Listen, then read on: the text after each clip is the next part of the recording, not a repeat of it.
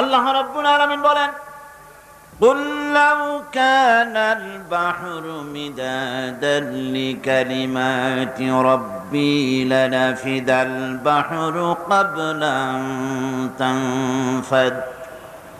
قبل أن تنفد كلمات ربي ولو جئنا بمثله مددا। तमाम পৃথিবীর হে নবী আপনি বলুন, আমার রবের কালেমা লেখার জন্য যদি तमाम পৃথিবীর সমস্ত পানিগুলি যদি কালি বানানো হয়, আর তাই দিয়ে যদি আমার রবের কালেমার ব্যাখ্যা লেখা যদি শুরু হয়ে যায়, লিখতে লিখতে तमाम পৃথিবীর পানিগুলি শেষ হয়ে যাবে, আমার রবের কালেমার ব্যাখ্যা লেখা শেষ হবে না।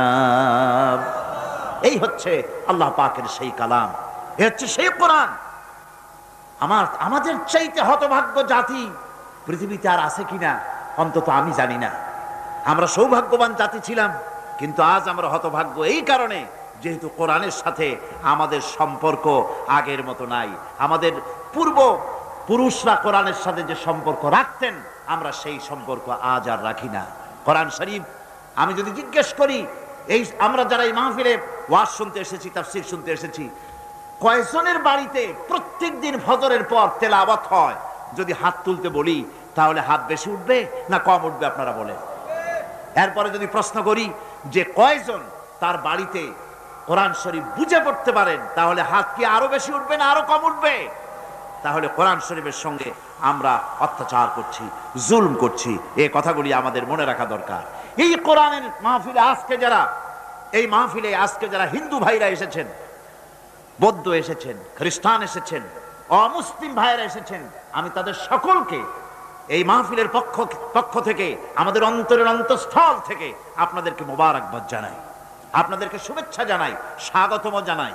কারণ এ কোরআন শুধু মুসলমানদের জন্য নয়, এ কোরআন পৃথিবীর কোন একটি যুগের জন্য, কোন একটি বিশেষ জাতির জন্য কোরআন অবতীর্ণ হয় নাই। কোরআন সর্বকালের সর্বযুগের সকলে মানুষের জন্য এসেছে। হাযা বায়ানুল লিন্নাস হুদাল লিন্নাস, এটা এসেছে পৃথিবীর মানুষের জন্য বয়ান হিসেবে, উপদেশের গ্রন্থ হিসেবে বিশ্ব মানবতার কাছে আল্লাহ পাক অবতীর্ণ করেছেন। মুসলমানরা শুধু দাবি করতে পারবে না যেটা শুধু আমাদের কোরআন, আর কারণ বন্ধুগণ, এ কোরআন কোনোদিন পুরাতন হবে না। বাইতুল শরীফের হুজুর কি সুন্দর করে ছোট্ট ছোট্ট উপমা দিয়ে আমাদেরকে বুঝিয়েছেন। মিসাল দিলে মানুষ যত বোঝে, সারাদিন ওয়াজ করা, 300 পৃষ্ঠার বই পড়া আর ছোট্ট একটা দৃষ্টান্ত দেওয়া, এর থেকে অনেক দ্রুত মানুষের ব্রেন এটাকে ক্যাচ করে, ঠিক কিনা? কি সুন্দর করে তিনি বুঝাইছেন, মাথাটা আল্লাহর দেওয়া, এটা পুরানো, আর টুপিগুলি মানুষের তৈরি, জুতাটা মানুষের তৈরি, পাওয়াটা আল্লাহর তৈরি। কাজী পুরান, এগুলি পুরান হয়ে যায়, আল্লাহর তৈরিগুলো পুরান হয় না। এটা তো কোরআন, এটা কি? উনি প্রকৃতপক্ষে হাদিসের কথাই বলেছেন, হাদিসের কথাই বলেছেন। রাসূল করিম সাল্লাল্লাহু আলাইহি ওয়াসাল্লাম বলেছেন, লা ইহসা আজাইবুহু ওয়ালা তুবলা গারাইবুহু। এই কোরআন শরীফ কোনদিন পুরাতন হবে না, জীর্ণ হবে না, দীর্ণ হবে না, কোনদিন এর আকর্ষণ কোনদিন বিনষ্ট হবে না। মানুষ শুধু শুনতেই থাকবে কোরআনকে, কোনদিন নষ্ট হবে না।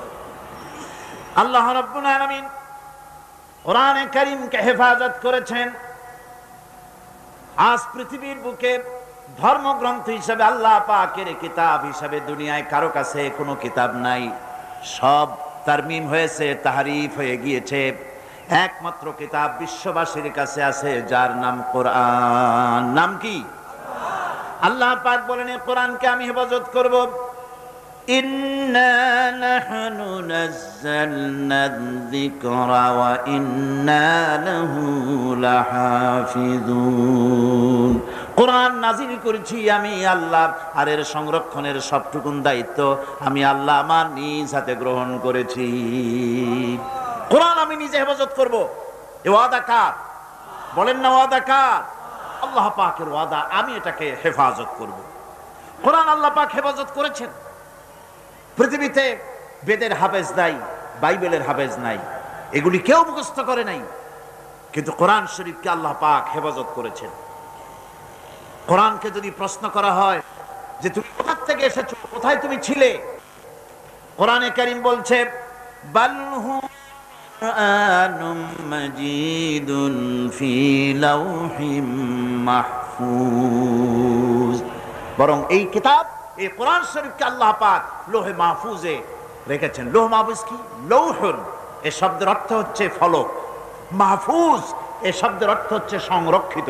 আল্লাহ পাক কোরআনকে সংরক্ষিত করেছেন একটা ফলকের মধ্যে। কিভাবে করলেন? সেই ফলকটার কাইফিয়ত কি আমরা জানি না। ওটা কি খোদাই করে লেখা, না ফেরেশতা দিয়ে আল্লাহ পাক রং আর তুলি দিয়ে লেখাইছেন, না কি কায়দায় ফলকের মধ্যে রাখছেন, এই কাইফিয়ত পৃথিবীতে কারো জানা নাই। যেমন আমরা জানি না হাফেজের যে ব্যক্তি কোরআন মুখস্থ করেছে, এই মাহফিলে হাফেজ আছেন না? হাফেজে কোরআন অবশ্যই আছে, কিন্তু এই কোরআন তিনি হেফাজত করেছেন কোথায়? তিনি যে মুখস্থ করেছেন রাখছেন কোথায়? এটা যদি কেউ খোঁজে, হাফেজকে তার মাথাটা অপারেশন করে মগজটা যদি প্লেটে এনে তারপর অনুবীক্ষণ যন্ত্র দিয়ে যদি খোঁজা হয়, ব্রেনের মধ্যে কোরআনের একটা অক্ষর পাওয়া যাবে? তার হৃদয়ের ভিতরে কোথাও পাওয়া যাবে? সুতরাং এখানে যে কায়দায় আল্লাহ পাক হেফাজত করেছেন, এরকম কোন এক কায়দায় আল্লাহ পাক হেফাজত করেছেন যে কায়দাটা আমাদের জানা নাই। আর আল্লাহ এমন ভাবে হেফাজত করলেন যা নষ্ট হওয়ার কোনো উপায় নাই। আমার বক্তৃতা বিভিন্ন জনে এখানে টেপ রেকর্ড করছেন, অডিও করছেন, ভিডিও করছেন। এখন এই অডিও ভিডিও হচ্ছে যে ফিতায়, এই ফিতার উপরে যদি আর একজনের বক্তৃতা তোলা হয় তাহলে এটা নষ্ট হয়ে যাবে, ঠিক কিনা? কোরআন তেলাওয়াতের উপরে যদি গান তোলা হয়, ওয়াজ তোলা হয়, তাহলে ওটা বিনষ্ট হয়ে যাবে কিনা?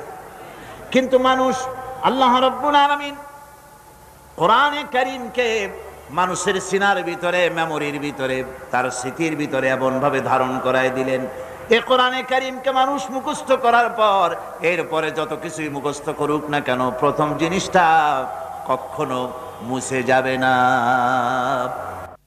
যতই পড়বে ততই এটা হেফাজত থাকবে, নষ্ট হবে না। কোরআন আল্লাহর পক্ষ থেকে নাজিল হলো, কোরআনের ভাষা শৈলী নিয়ে বিভ্রান্তির সৃষ্টি হলো। কোরআনের ভাষা তো খুবই সুন্দর, কি বলেন? সুন্দর মানে কি? কোরআন আরবি ভাষা। কোরআন কি ভাষা? আরবি ভাষা। দুনিয়ায় যত ভাষা আছে এ ভাষার অনেক উৎকর্ষ হয়েছে, অনেক ভাষা বিলুপ্ত হয়েছে। বাইবেল যে ভাষায় নাজিল হয়েছিল সেই ভাষা আজকে পৃথিবীতে নাই।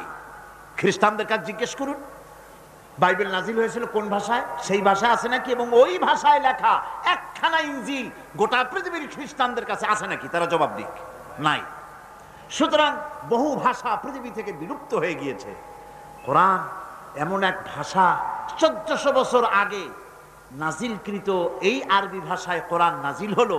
ভাষার এত উৎকর্ষ সাধিত হলো, সাহিত্যের মান এত বাড়লো, কিন্তু কোরআনের রচনা শৈলী, এর শব্দ বিন্যাস, এর ছন্দ, এর সুন্দর করে বাকভঙ্গি পৃথিবীর সকল যুগের সাহিত্যকে ম্লান করে দিয়েছে, ম্লান করতে থাকবে কিয়ামত পর্যন্ত। বিভ্রান্তির সৃষ্টি হলো। লোকেরা ভাবলো মুহাম্মদ সাল্লাল্লাহু আলাইহি ওয়াসাল্লাম বোধহয় কবি হয়ে গেছেন, হয়তো তিনি পাগল হয়ে গেছেন, হয়তো তিনি গণক হয়ে গেছেন, নইলে এমন করে মিলিয়ে মিলিয়ে সাজিয়ে সাজিয়ে তিনি বলেন কি করে? আল্লাহ রাব্বুল আলামিন তার জবাব দিয়ে দিলেন। কোরআনে কারীম বলছে, ফাযাক্কির ফামা আনতা বিনি'মাতি রাব্বিকা বিকাহিনিন ওয়ালা মাজনুন। আপনার রবের করুণা আপনি উপদেশ দিয়ে যান, আপনার রবের মেহেরবানিতে আপনি গণক নন আর উন্মাদ নন, আপনি পাগল না, গণক না, কবিও না। আপনার কাছে যেটা নাজিল হচ্ছে সেটা হলো ওহী, আমার পক্ষ থেকে ওহী অবতীর্ণ হচ্ছে। সুতরাং মানুষ বিভ্রান্তির মধ্যে যতই পড়ুক না কেন, কোরআনে কারীম তার নিজস্ব ভাবধারা নিয়ে পৃথিবীর মধ্যে টিকে থাকবে। এই পৃথিবীতে এমন একখানা বই নাই যে বই সম্পর্কে তার লেখক বলবে যে আমি একখানা বই লিখছি যাতে কোনো ভুল নাই। বলেন তো ভাইরা, সুধীমণ্ডলী বলুন, পৃথিবীতে এমন কোন লেখকের সন্ধানকে আপনি পেয়েছেন যে লেখক বলতে পেরেছে যে আমি যে বই লিখেছি এতে কোনো ভুল নাই? কথা বলছেন না কেন? অথচ এই কোরআন যিনি পাঠালেন, কে পাঠালেন? আল্লাহ রাব্বুল আলামিন। এর শুরুতেই তিনি ঘোষণা করেছেন, আলিফ লাম মিম যালিকাল কিতাবু লা রাইবা ফীহি। আলিফ লাম মিম, এ হচ্ছে সেই মহাগ্রন্থ যার ভেতরে সন্দেহের লেশ মাত্র নাই। সুবহানাল্লাহি ওয়া বিহামদিহি। দুনিয়ায় সমস্ত বই শুরু হয় লেখকের দুর্বলতা দিয়ে। তিনি লেখেন, এই বই লিখতে গিয়ে যদি আমার কোনো ভুল হয়ে থাকে, কেউ যদি আমাকে ধরায় দেন, তাহলে আগামী সংস্করণে আমি তা পরিশুদ্ধ করিতে বাধ্য থাকিব। এরকম বলে কিনা? কিন্তু এই কিতাবের কাইফিয়াত ভিন্ন রকম, এই কিতাবের কায়দা ভিন্ন রকম। কোরআন নাজিল যিনি করলেন তার প্রশংসা দিয়ে কোরআন শুরু হলো, আলহামদুলিল্লাহি রাব্বিল আলামিন। সবাই পড়েন, আলহামদুলিল্লাহি রাব্বিল আলামিন। সমস্ত প্রশংসা আল্লাহ পাকের, যিনি তামাম জাহানের পালনেওয়ালা। সুতরাং এই কিতাবের ভিতরে সন্দেহের কোনো কারণ নাই। পৃথিবীর মানুষকে আল্লাহ পাক চ্যালেঞ্জ করেছেন, যদি সন্দেহ হয়, ইন কুনতুম ফি রাইবিম মিম্মা নাযালনা আলা আবদিনা ফাআতু বিসূরাতিম মিন মিসলিহি। যদি সন্দেহ হয় আমার বান্দার উপরে যে কিতাব আমি অবতীর্ণ করেছি, যদি সন্দেহ হয় যেটা আমার বান্দার বানানো, তাহলে কোরআনের মতো করে সূরা বানায় আনো। 1400 বছর পার হয়ে গেল, আল্লাহ রাব্বুল আলামিনের এই চ্যালেঞ্জের মোকাবেলা কেউ করতে পারে নাই। ভবিষ্যতে পারবে নাকি? পারবে? আল্লাহ পাক এরপরে বললেন, قُلْ لَئِنِ اجْتَمَعَتِ الْإِنسُ وَالْجِنُّ عَلَىٰ أَن يَأْتُوا بِمِثْلِ هَٰذَا الْقُرْآنِ لَا يَأْتُونَ بِمِثْلِهِ وَلَوْ كَانَ بَعْضُهُمْ لِبَعْضٍ ظَهِيرًا। নবী আপনি বলুন, तमाम পৃথিবীর সমস্ত মানব জাতি আর জিন জাতি যদি একত্রিত হয় আর পরস্পরকে যদি সহযোগিতা করে, আর এই কোরআনের মতো যদি একখানা কোরআন তারা আনয়নের চেষ্টা করে, সকলে ব্যর্থ হয়ে যাবে। কিয়ামত পর্যন্ত কোরআনের মতো কোরআন কেউ বানাইতে পারবে না। এই চ্যালেঞ্জ আল্লাহ পাকের, 1400 বছর পার হয়ে গেল, এই চ্যালেঞ্জের মোকাবেলা কেউ করতে পারে নাই। বন্ধুগণ, আল্লাহ নাই এ কথা তো পৃথিবীর অনেকেই বলেছে, বলে নাই? বলেছে কিনা কোন? অনেকেই বলেছে, দেয়ার ইজ নো গড, স্রষ্টা বলতে কেউ নাই, এ কথা বলেছে, পাগলেরা বলেছে। কিন্তু কোরআন আল্লাহর কিতাব নয়, এটা মানুষের বানানো, এ কথা কেউ বলে না, বলতে পারে না। কারণ কেউ যদি এ কথা বলে যেটা আল্লাহর বানানো নয়, এটা মানুষের বানানো, তাহলে তাকেই লোকেরা ধরবে। যেটা যদি সত্যি মানুষের হয়, তুমিও তো মানুষ, বানায় দেখো কোরআন শরীফ, বানাও একখান দেখি আমরা। পৃথিবীর কোনো মানুষ জাতে মাতাল হলেও ওরা তালে ঠিক আছে, এই কথা কেউ বলবে না, এই কথা কেউ বলবে না যেটা মানুষের বানানো। যেহেতু আল্লাহ পাক চ্যালেঞ্জ দিয়ে ছেড়েছেন, ফাতু বিসূরাতিন, ছোট্ট একটি সূরাও যদি হয়, বানাও কোরআন, কেউ পারে না। সুতরাং এই কোরআনের রয়েছে বড় রকমের বৈশিষ্ট্য রয়েছে কোরআনে কারিমে। এটা হচ্ছে কালামে রব্বানি, আল্লাহ পাকের আখেরি কালাম, মানুষের জন্য আল্লাহ পাকের তরফ থেকে নাজিল করা সর্বশেষ হেদায়েতের গ্রন্থ, তাবিজের কিতাব নয়। কি বলেন, কোরআন কি তাবিজের কিতাব? না, এটা তাবিজের কিতাব নয়। কোরআন শরীফ হেদায়েতের গ্রন্থ, সর্বশেষ হেদায়েতের কিতাব, আল্লাহর পক্ষ থেকে। আর কোন বাণী পৃথিবীর মানুষের জন্য আসবে না। কি বলেন, আসবে নাকি? আর আসবে না, শেষ হয়ে গিয়েছে। আল্লাহর বলা শেষ হয়ে গিয়েছে। প্রচলিত অর্থে অন্যান্য ধর্মগ্রন্থের মতো কোরআন কোন ধর্মগ্রন্থ নয়, অন্যান্য ধর্মগ্রন্থের মতো কোন ধর্মগ্রন্থ নয়। কোরআন এটা হচ্ছে জীবন বিধান। কোরআন এটা কি? আরো জোরে বলেন না, এটা কি? অন্যান্য ধর্মগ্রন্থে যা পাবেন না, তা কোথায় পাবেন? কোথায় পাবেন? এ কোরআনে কারিমে সব পাওয়া যাবে। আপনার অর্থনীতি পাওয়া যাবে, রাজনীতি পাওয়া যাবে না, যাবে না?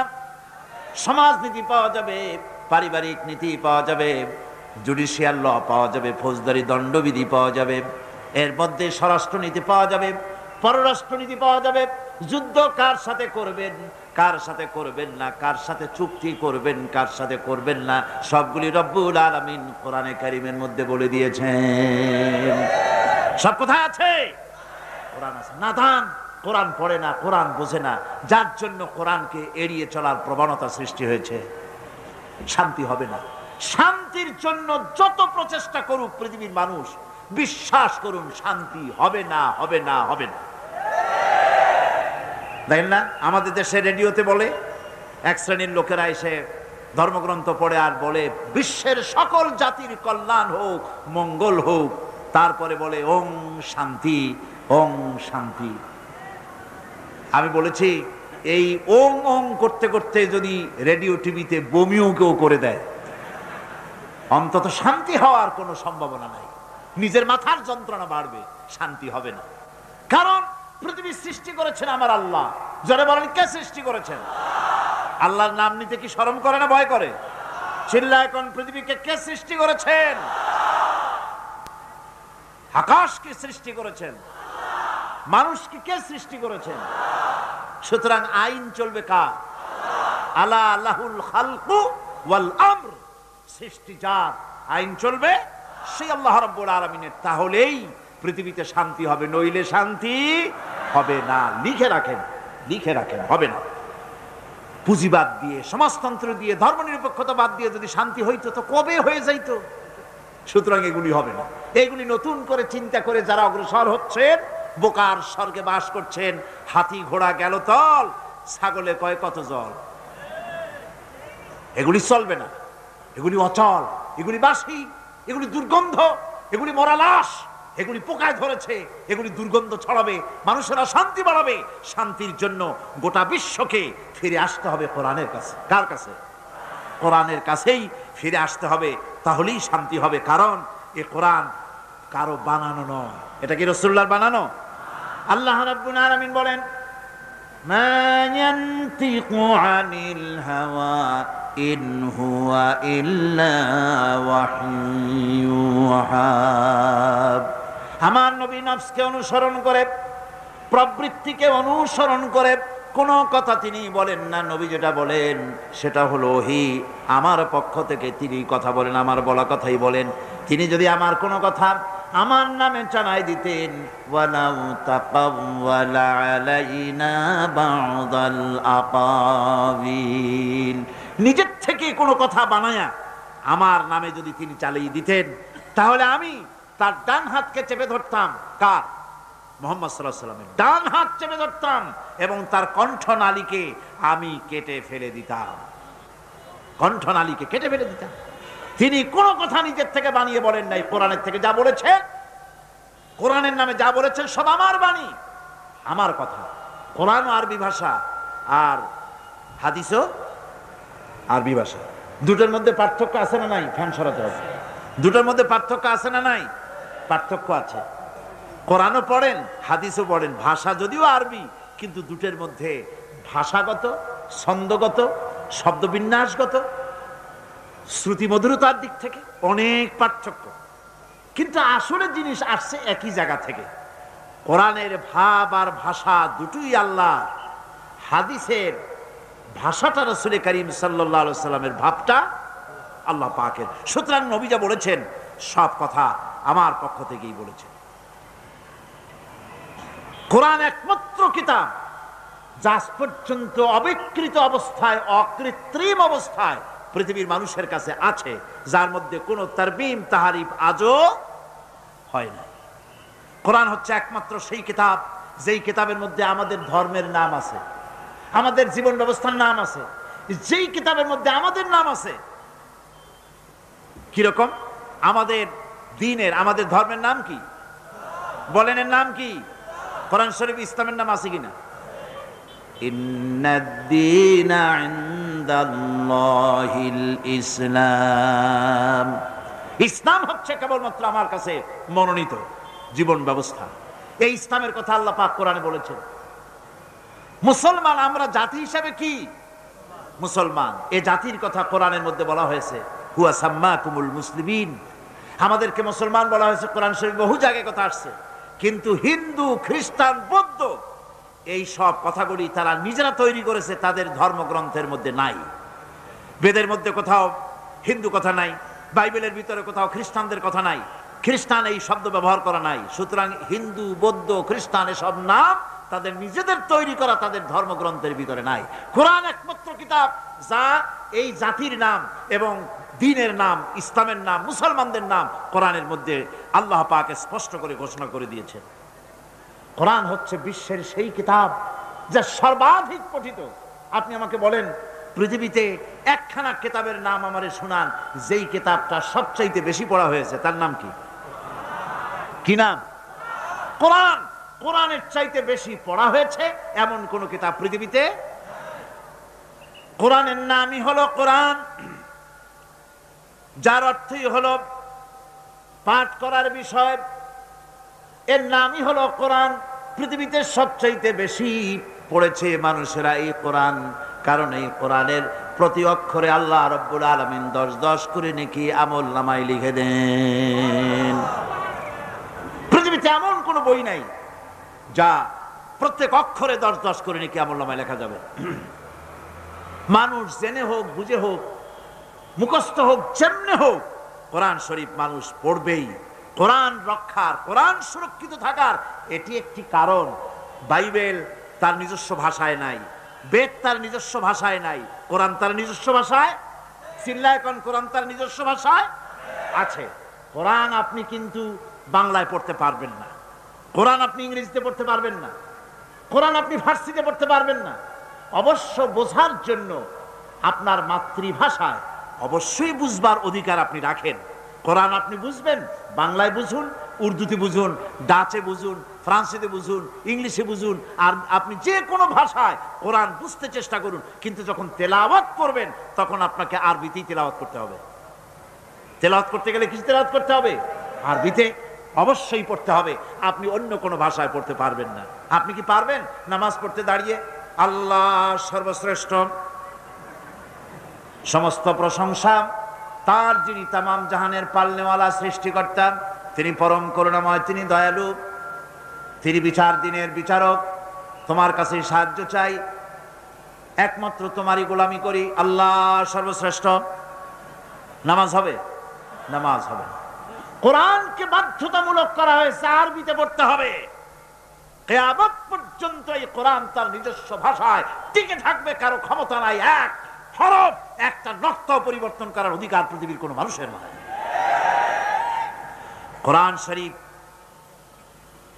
একমাত্র সেই বিশাল গ্রন্থ যা মানুষ মুখস্থ করেছে। পৃথিবীতে অন্য কোন বই কেউ মুখস্থ, অন্য কোন কিতাব কেউ মুখস্থ করতে পারে নাই। কোরআন একমাত্র কিতাব, মাতৃভাষা নয়, অথচ মুখস্থ করেছে। এইরকম কোন কিতাবের নাম আপনার জানা আছে নাকি? নাই। আমাদের মাতৃভাষা কি আরবি? কি আমাদের মাতৃভাষা? আমাদের মাতৃভাষা বাংলা। আরবি আমার মাতৃভাষা নয়, পিতৃভাষাও নয়। কিন্তু কোরআন শরীফ বাংলাদেশের হাজার হাজার লক্ষ লক্ষ মুসলমান মাতৃভাষা নয়, আরবি ভাষা কোরআনের মতো এত বড় কিতাব মুখস্থ করে সিনার মধ্যে জমা করেছে। পাকিস্তানের ভাষা উর্দু, ভারতের ভাষা হিন্দি, উর্দু, নানান ভাষা আছে। আমেরিকা, ইংল্যান্ড ইংরেজি ভাষা আছে, বিভিন্ন জায়গায় ইংরেজি, বিভিন্ন রকমের ভাষা আছে। যত ভাষার লোক হোক না কেন, কোরআন যারা মুখস্থ করে নিজের মাতৃভাষা নয় অথচ মুখস্থ করেছে, এমন নজির, এমন দৃষ্টান্ত পৃথিবীতে কোথাও নাই। সুবহানাল্লাহ। কোরআন হচ্ছে সেই কিতাব যা আল্লাহ পাক রাসূল করিম সাল্লাল্লাহু আলাইহি ওয়াসাল্লামের জীবনের জন্য একটা মুজিজা হিসেবে পৃথিবীর মানুষের কাছে রাসূলের মাধ্যমে পাঠিয়েছেন, গোটা বিশ্ববাসীর কাছে। কোরআন হচ্ছে একটা মুজিজা। কোরআন কি মুজিজা? রাসূলের জীবনে 3000-এর অধিক মুজিজা রাসূলের জীবনে ঘটেছে, নবুয়তের জীবনে। কিন্তু কোরআন হচ্ছে সর্বশ্রেষ্ঠ মুজিজা। এর থেকে বড় মুজিজা আর কিছুই নাই। আল্লাহ রাসূল বিদায় হয়ে গিয়েছেন, মুজিজা তিনি রেখে গিয়েছেন। এই মুজিজা দিয়ে পৃথিবীর মানুষ কিয়ামত পর্যন্ত উপকৃত হতে থাকবে, কোনো সন্দেহ নাই। কোরআন হচ্ছে সেই কিতাব যা এক সময় নাজিল হয় নাই, এট এ টাইম নাজিল হয় নাই। কোরআন শরীফ নাজিল হয়েছে ধীরে ধীরে, আস্তে আস্তে করে 23 বছর 5 মাস ধরে ধীরে ধীরে কোরআন নাজিল হয়েছে। আর আন্দোলনের ইসলাম হচ্ছে একটি আন্দোলনের নাম। ইসলাম কিসের নাম বলেন? ইসলাম হচ্ছে আন্দোলনের নাম, ইসলাম একটি বিপ্লবের নাম, ইসলাম একটা শরিয়তের নাম, ইসলাম একটা মুকাম্মাল নিজামে হায়াতের নাম। এই ইসলামী মুকাম্মাল নিজামে হায়াতের জন্য যখন যা দরকার ধীরে ধীরে আল্লাহ রাব্বুল আলামিন এ কোরআন নাজিল করেছেন। হুজুর মুখস্থ করেছেন, মুখস্থ করতে গিয়া বারবার তিনি জিহ্বা নাড়াচ্ছিলেন, দ্রুত করতেছিলেন যাতে করে একটা আয়াত একটা জের জবর যাতে বাদ না পড়ে যায়। রাসূলুল্লাহর এই কষ্টটুকুন আল্লাহ পাক বরদাশত করলেন না, তিনি ওহী নাজিল করে দিন, লা তুহাররিক বিহি লিসানাকা লিতাআজালা বিহি। নবী কোরআনে কারীম মুখস্থ করার জন্য জিহ্বাকে এত নাড়াচাড়া করার কোনো দরকার নাই। আমার জিবরাইল আপনার প্রতি যখন ওহী নাজিল করে, আপনি আস্তে আস্তে করে একবার তার সঙ্গে উচ্চারণ করে যাবেন। গোটা কোরআন শরীফ আপনার সিনার ভিতরে মুখস্থ করায় দেওয়ার মালিক আমি আল্লাহ। আমি আপনাকে মুখস্থ করায় দিব, কোনো চিন্তা নাই। যে যুগে টেপ রেকর্ডার ছিল না, রাসূলুল্লাহর যুগে টেপ রেকর্ডার ছিল, প্রেস ছিল, কম্পিউটার ছিল, কিছুই ছিল না। ছাপাখানা নাই, প্রেস নাই, কম্পিউটার নাই, তারপরে টেপ রেকর্ডার নাই। সেই যুগের নাজিল করা কোরআন আজ পর্যন্ত আল্লাহ পাক হেফাজত করে রেখেছেন। কারণ এটা বিশেষ কোনো যুগের জন্য আসে নাই, বিশেষ কোনো জাতির জন্য আসে নাই, এসেছে পৃথিবীর সমস্ত মানুষের জন্য। কোরআন হচ্ছে সকল প্রকার জ্ঞানের উৎস। এতে রয়েছে মানব জীবনের সকল জটিল সমস্যার সন্তোষজনক সমাধান রয়েছে কোরআনের ভিতরে। ওয়া কুল্লা শাইইন ফাসসালনাহু তাফসীলা। আমি প্রত্যেকটি বিষয়কে আমি বিস্তারিতভাবে কোরআনের ভিতরে বর্ণনা করে দিয়েছি। আল্লাহ পাক এই কোরআন নাজিল হয়েছে আল্লাহ পাকের কাছে থেকে, যিনি সবচাইতে জ্ঞানী, যার কাছে কোনো জিনিস গোপনীয় নাই।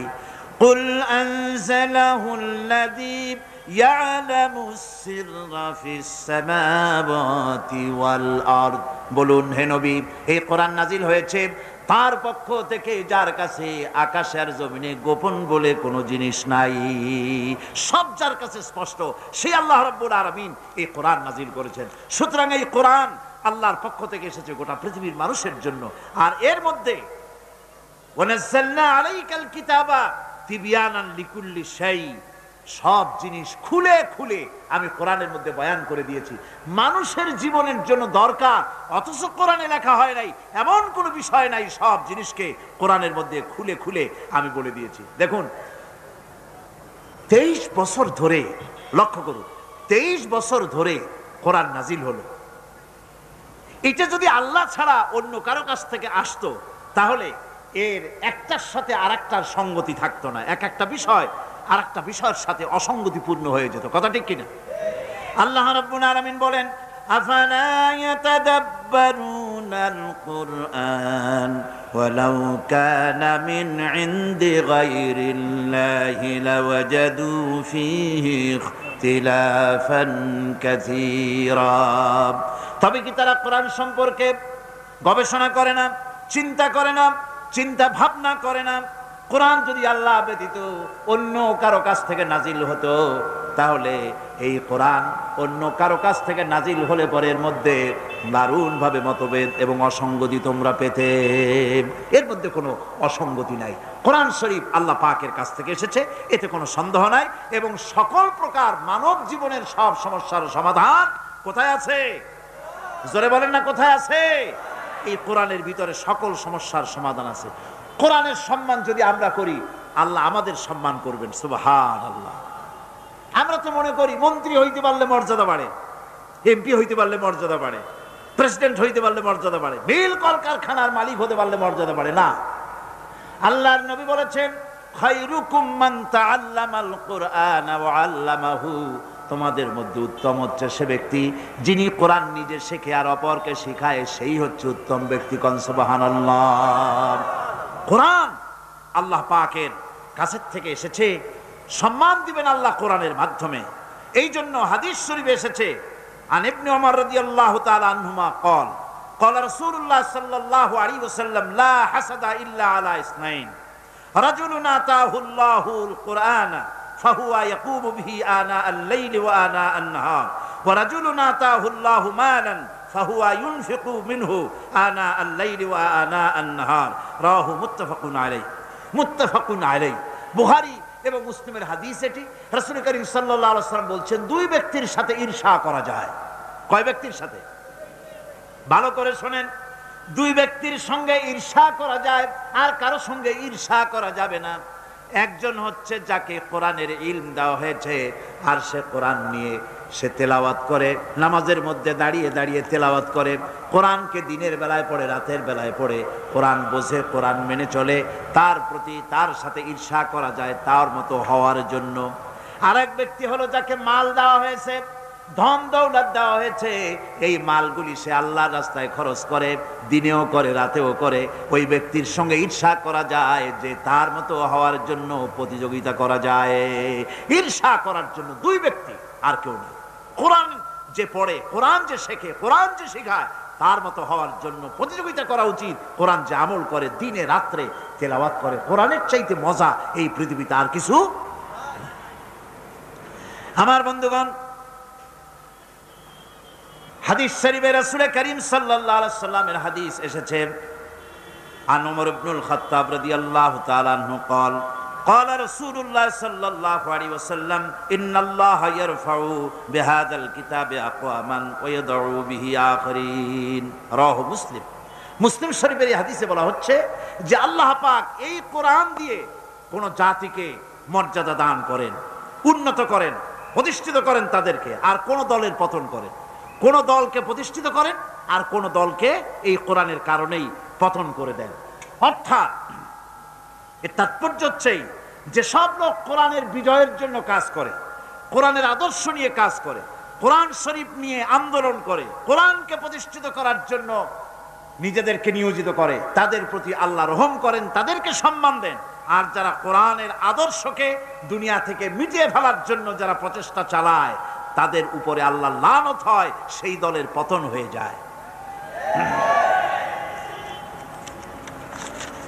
কোরআন সম্পর্কে রাসূল করিম সাল্লাল্লাহু আলাইহি ওয়াসাল্লাম বলছেন, আন আবি হুরায়রা রাদিয়াল্লাহু তাআলা আনহু আন্নাহু قال قال رسول الله صلى الله عليه وسلم لا تجعلوا بيوتكم مقابر রাওয়াহু মুসলিম।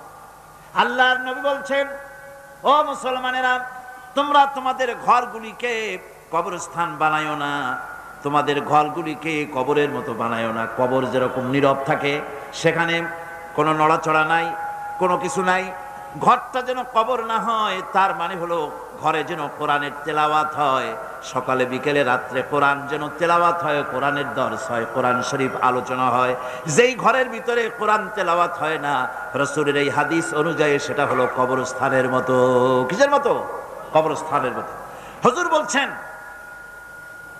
ইন্নাল্লাযী লাইসা ফী জাওফিহি শাইয়্যুম মিনাল কুরআনি কাল বাইতিল খারিব। যেই স্মৃতির ভিতরে, যে দেহের ভিতরে কোরআন নাই, সেটা হচ্ছে একটা বিরান বাড়ির মতো। পার্লামেন্টে, সংসদে আলোচনা হচ্ছিল সন্ত্রাস কিভাবে কমানো যায়, আইন শৃঙ্খলা পরিস্থিতির উন্নতি কিভাবে করা যায়। যখন আমার আলোচনার সুযোগ এলো, আমি বললাম, আপনারা আইন শৃঙ্খলার উন্নতি করতে পারবেন না। আলহামদুলিল্লাহ, আল্লাহ পাক তো এখন আমাকে ওখানেও কথা বলার সুযোগ করে দিয়েছেন, এটা মাবুদের মেহেরবানি। আমার এই বক্তব্য রেকর্ড আছে। আমি বলেছি আপনারা এটা পারবেন না, কারণ হচ্ছে আইন শৃঙ্খলা উন্নতি করবেন কেমনে, সন্ত্রাস কমাবেন কি করে। এদেশের ইউনিভার্সিটি সমূহের মনোগ্রামে লেখা ছিল, ইকরা বিসমি রাব্বিকাল্লাযী খালাক রব্বি জিদনি ইলমা, ছিল কিনা? 1972 সনে এই আপনারা, ওনাদের উপস্থিতিতেই বলেছি, আপনারা 1972 সনে ক্ষমতায় এসে ইউনিভার্সিটির মনোগ্রাম সমূহ থেকে কোরআনের আইনকে, কোরআনের আয়াতে কারিমাকে বাদ দিয়ে সেখানে ক খ গ ঘ উমো লাগাইছেন। সুতরাং এখানে শান্তি হবে কি করে? রাসূলের হাদিসের সাথে মেলে না তো। রাসূল বলেছেন, যেই স্মৃতিতে, যেই দেহের মধ্যে কোরআন নাই, সেটা বিরান বাড়ি। ওটা তো বিরান বাড়ি হয়েছে। বিরান বাড়ি, উজার বাড়ি, যেখানে মানুষ থাকে না, সেখানে থাকে শয়তান থাকে, হুতুম পেচারা থাকে, ভূত থাকে, সাপ থাকে। সুতরাং এগুলিতে আজকে ওগুলি বাস করছে, এটা বন্ধ করতে পারবেন না। তবে আমি একথাও বলেছি সেখানে আমি বলেছি আপনারা বলেন বাংলাদেশে যত মাদ্রাসা আছে, আলেম মাদ্রাসা, ফাজেল মাদ্রাসা, কামেল মাদ্রাসা, দারসে নিজামের মাদ্রাসাগুলি, কওমি মাদ্রাসাগুলি, আলিয়া নিসাবের মাদ্রাসাগুলি, কোন মাদ্রাসা সন্ত্রাসের কারণে বন্ধ হয়ে গেছে? একটা নমুনা দেখান তো। ওনারা লাজবাব হয়ে গেছেন, এর জবাব ওনারা দিতে পারেন নাই, দেখাইতে পারবেন না। দুটোই কিন্তু শিক্ষাঙ্গন, ওটাও শিক্ষাঙ্গন, এটাও শিক্ষাঙ্গন। ওখানে এখানে শান্তি আছে, ওখানে নাই। কারণ আমি বললাম যে কোরআন শরীফ শিখায়, মাদ্রাসা এটা শিখানো হয়, মান কাতালা মুমিনান মুতাআম্মিদান ফাজাযাউহু জাহান্নাম। কেউ যদি ইচ্ছে করে কোনো মুমিনকে হত্যা করে তাহলে তার শাস্তি কি? শাস্তি কি? জাহান্নাম।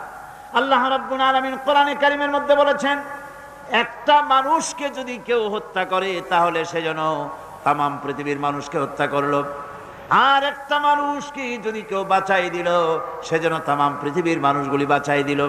আর যে ব্যক্তি ইচ্ছে করে মানুষ হত্যা করলো তার জায়গা হবে জাহান্নাম, চিরকাল জাহান্নামে তারে থাকতে হবে।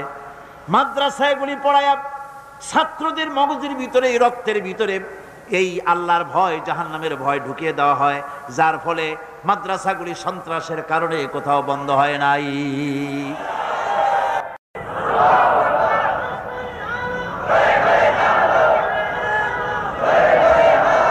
আজ আপনারাই দেখুন পাকিস্তানের 25 বছর, বাংলাদেশের 26 বছর, সব মিলিয়ে কয় বছর? অঙ্কের ছাত্র নাই এখানে? 51 বছর, অর্ধ শতাব্দী কালে চট্টগ্রামে যত থানা আছে, বাংলাদেশে যত থানা আছে, থানাগুলিতে খোঁজ নেন, ওখানে তাদের ডায়েরি আছে না? যত চোর ধরা পড়ছে, চোর, ডাকাত, জেনাকার, হত্যাকারী, চোরাকারবারি, মুনাফাখুরি, যত ক্রাইম করেছে, করাপশন করেছে, সেই অপরাধীদের লিস্ট আছে না? অপরাধী যারা ধরা পড়েছে সকলের লিস্ট আছে। আমি চ্যালেঞ্জ করছি, আপনারা সমস্ত থানাগুলি ঘুরে এই ডায়েরি, থানার এই ডায়েরি খুঁজে বের করুন তো, এর মধ্যে মৌলানা সাহেব কয়জন, হাফেজ সাহেব কয়জন, মসজিদের ইমাম কয়জন? তাহলে একথা মানবেন কিনা যে কোরআনের শিক্ষার চাইতে বড় শিক্ষা পৃথিবীতে নাই? একথা মানবেন কিনা? একথা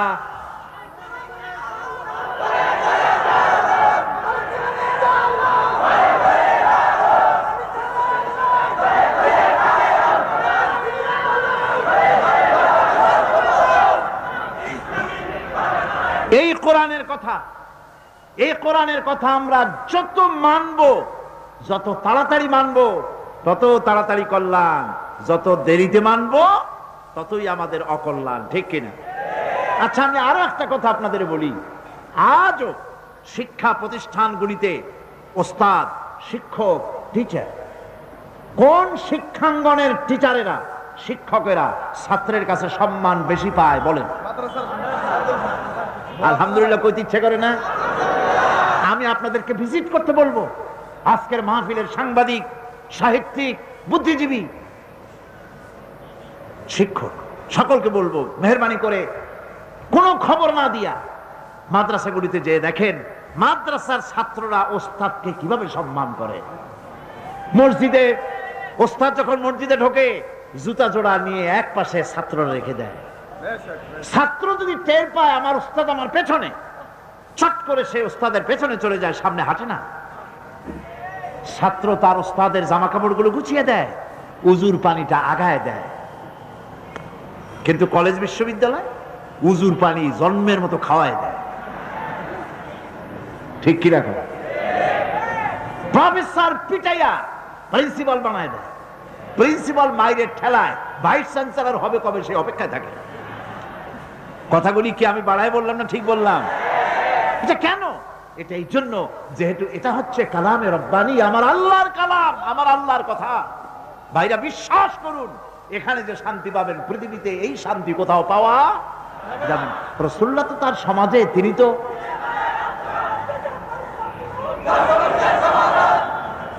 রাসূল করিম সাল্লাল্লাহু আলাইহি ওয়াসাল্লাম, তিনি তো সমাজে কোনো জাদু করেন নাই। নাউযুবিল্লাহ, রাসূল কি সমাজকে জাদু করে পরিবর্তন করেছিলেন? তিনি পরিবর্তন আনয়ন করেছিলেন কি দিয়ে? কোরআন দিয়ে। সে কোরআন আমাদের কাছে অবিকল ওরকম আছে না নাই? অবশ্যই আছে। এই কোরআনের কাছেই আমাদেরকে ফিরে যেতে হবে, তাহলেই মুক্তি পাবো, তাহলেই নাজাত পাবো। এছাড়া নাজাত পাওয়ার কোনো রাস্তা আমাদের কাছে না। এখন আর একটা হাদিস শোনায়া তারপরে মূল তাফসীরের ভিতরে আমি যেতে চাই। আমার বন্ধুগণ, আমার নবীজি বলেছেন, মান কারাল কোরআনা ফাস্তাজহারাহু ফাহাল্লা হালালাহু ওয়া হাররামা হারামাহু আদখালাহুল্লাহুল জান্নাহ। কি সুন্দর হাদিস আমার নবীর। কার হাদিস? আমার নবীজি বলছেন, যে ব্যক্তি কোরআন পড়ল, কোরআন অনুযায়ী আমল করলো, কোরআনের হালালকে হালাল জেনে চললো, কোরআনের হারামকে হারাম জেনে চললো, আমার নবীজি বলেছেন কিয়ামতের দিন আল্লাহ রাব্বুল আলামিন তাকে জান্নাতে প্রবেশ করাবেন। শুধু জান্নাত দিবেন না, তার জন্য আবার বোনাস দিবেন। নবীজি বলেন, জান্নাতের ঘোষণা দিয়ে লোকটিকে আল্লাহ পাক বলবেন, জান্নাতে যাওয়ার আগে আমি তোমাকে আরো একটা বিশেষ উপহার দিতে চাই। তুমি জান্নাতে যাওয়ার আগে তোমার আত্মীয় স্বজনের ভিতর থেকে 10 জনের সম্পর্কে আমার কাছে সুপারিশ করো। তোমার সুপারিশ মোতাবেক আমি 10 জনকে তোমার সাথে জান্নাতে দিয়ে দেব, এমন 10 জন যাদের হিসাবের পরে জাহান্নাম ওয়াজিব হয়ে গিয়েছিল। এরকমের 10টা লোক সম্পর্কে তুমি আমার কাছে সুপারিশ করো, তোমার কারণে তাদেরকেও তোমার সাথে বেহেশতে দিয়ে দেবো। সুবহানাল্লাহ। আজ কতই না ভালো হতো যদি কলেজ বিশ্ববিদ্যালয়গুলিতে কোরআন পড়ানো হতো, হাদিস পড়ানো হতো। ঠিক কিনা কন?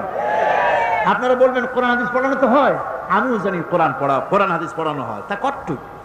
পরীক্ষায় পাশ করাবার জন্য 40টা হাদিস, ছোট্ট ছোট্ট হাদিস, আর কোরআন শরীফের কয়েকটা আয়াত, এছাড়া আর কিছুই পড়ানো হয় না। ঠিক কিনা? মাদ্রাসায় যেভাবে 30 পারা কোরআনের তাফসীর পড়ানো হয়, ওভাবে তাফসীর পড়ানো হয় না। মাদ্রাসায় যেভাবে 70 হাদিস পড়ানো হয়, ওইভাবে পড়ানো হয় না। সুতরাং কলেজ বিশ্ববিদ্যালয়গুলিতে কোরআন এবং হাদিসকে যেভাবে মাদ্রাসায় পড়ানো হয়, ওইভাবে যদি পড়ানো যায়, তাহলে কলেজ বিশ্ববিদ্যালয় থেকে ডাকাত আসবে না, চোর আসবে না, বদমাশ আসবে না। কলেজ বিশ্ববিদ্যালয় থেকে আমাদের সন্তানগুলি খালিদ বিন ওলীদ হয়ে বেরোবে, আমাদের সন্তানগুলি সালাউদ্দিন আইয়ুবী হয়ে বেরোবে, আমাদের সন্তানগুলি শহীদ তিতুমীর হয়ে বেরোবে। সেই অপেক্ষায় আমাদেরকে থাকতে হবে। বন্ধুগণ, আজ দেশের বৃহত্তর জনগোষ্ঠী তাদের আসল লাভ ক্ষতির সংজ্ঞা ভুলে গিয়েছে। আসল লাভ ক্ষতির সংজ্ঞা ভুলে গিয়ে লাভের আশায় আমরা চলছি ক্ষতির পেছনে। ঠিক কিনা? আলেয়ার পেছনে আমরা চলছি, মরিচিকার পেছনে। প্রকৃতপক্ষে মানুষের লাভ কোথায়, সফলতা কোথায়, আর ব্যর্থতার ক্ষতি কোথায়, সে কথা কোরআন ছাড়া কেউ বলে দিতে পারে না। আজ দেশের এই ক্রান্তিকালে বর্তমান বাংলাদেশ ইতিহাসের এক ক্রান্তিকালের উপর দিয়ে অতিক্রম করছে। প্রতি মুহূর্তে আমরা এক একটা দুঃসময়ের দিকে এগিয়ে যাচ্ছি। আমরা নিরুদ্দেশের উদ্দেশ্যে যাত্রা করেছি। এই সময় এই জাতির রক্ষা কোথায় হবে, বিশ্বের মানুষের রক্ষা কোথায় হবে? আমি সেজন্য আজকের আলোচনা ছোট্ট একটি সূরার মধ্যে সীমাবদ্ধ রাখতে চাই, যেই সূরাটার সাথে আমরা সকলেই পরিচিত। সে সূরাটি হচ্ছে সূরা আসর। পড়েন আমার সাথে। আউযু বিল্লাহি মিনাশ শাইতানির রাজীম। বিসমিল্লাহির রাহমানির রাহিম। ওয়াল আসরি ইন্নাল ইনসানা লাফি খুসর إلا الذين آمنوا وعملوا الصالحات وتواصوا بالحق وتواصوا بالصبر صدق الله العظيم। কি বলেন? খুব বড় সূরা, কোরআনে কারীমের সর্বকনিষ্ঠ ছোট্ট একটি সূরা। বিপুল সংখ্যক মুফাসসিরিনে কেরাম এই সূরাটিকে মক্কি সূরা হিসাবে তারা গণ্য করেছেন। সূরাটির বৈশিষ্ট্য হচ্ছে কয়েকটি শব্দের মধ্যে আল্লাহ পাক এর অর্থ এবং ব্যাখ্যা এত বেশি, কয়েকটি শব্দের মধ্যে এই সূরাটি আল্লাহ নাজিল করেছেন, কিন্তু এর অর্থ আর ব্যাখ্যা এত বেশি যা দিয়ে একটা বিশাল গ্রন্থ রচনা হতে পারে। আমার তো মনে হয় যে সূরা ওয়াল আসর এটা যেন একটা ঝিনুকের মধ্যে আল্লাহ পাক আটলান্টিক মহাসাগর, প্রশান্ত মহাসাগর, সবগুলি মহাসাগর একটা ঝিনুকের মধ্যে আল্লাহ পুরি দিয়েছেন। এই সূরা যখন নাজিল হলো তখন সাহাবায়ে কিরাম একজনের সঙ্গে আরেকজনের দেখা হলে বিদায়ের সময় একজন আরেকজনকে এই সূরাটি শুনিয়ে দিতেন। কারণ মানুষের সাফল্য এবং কল্যাণ, তার ধ্বংস এবং সর্বনাশের পথ কোথায় তা এ কোরআন বলে দিয়েছে। সফলতা কিসে আসবে, ধ্বংস কিসে আসবে, এ কথা আল্লাহ কোরআনে বলে দিয়েছে। আমি আজকে এই সূরা বেছে নিলাম এই কারণে, আমরা চলছি ধ্বংসের দিকে। কোন দিকে যাচ্ছি বলেন না, কোন দিকে?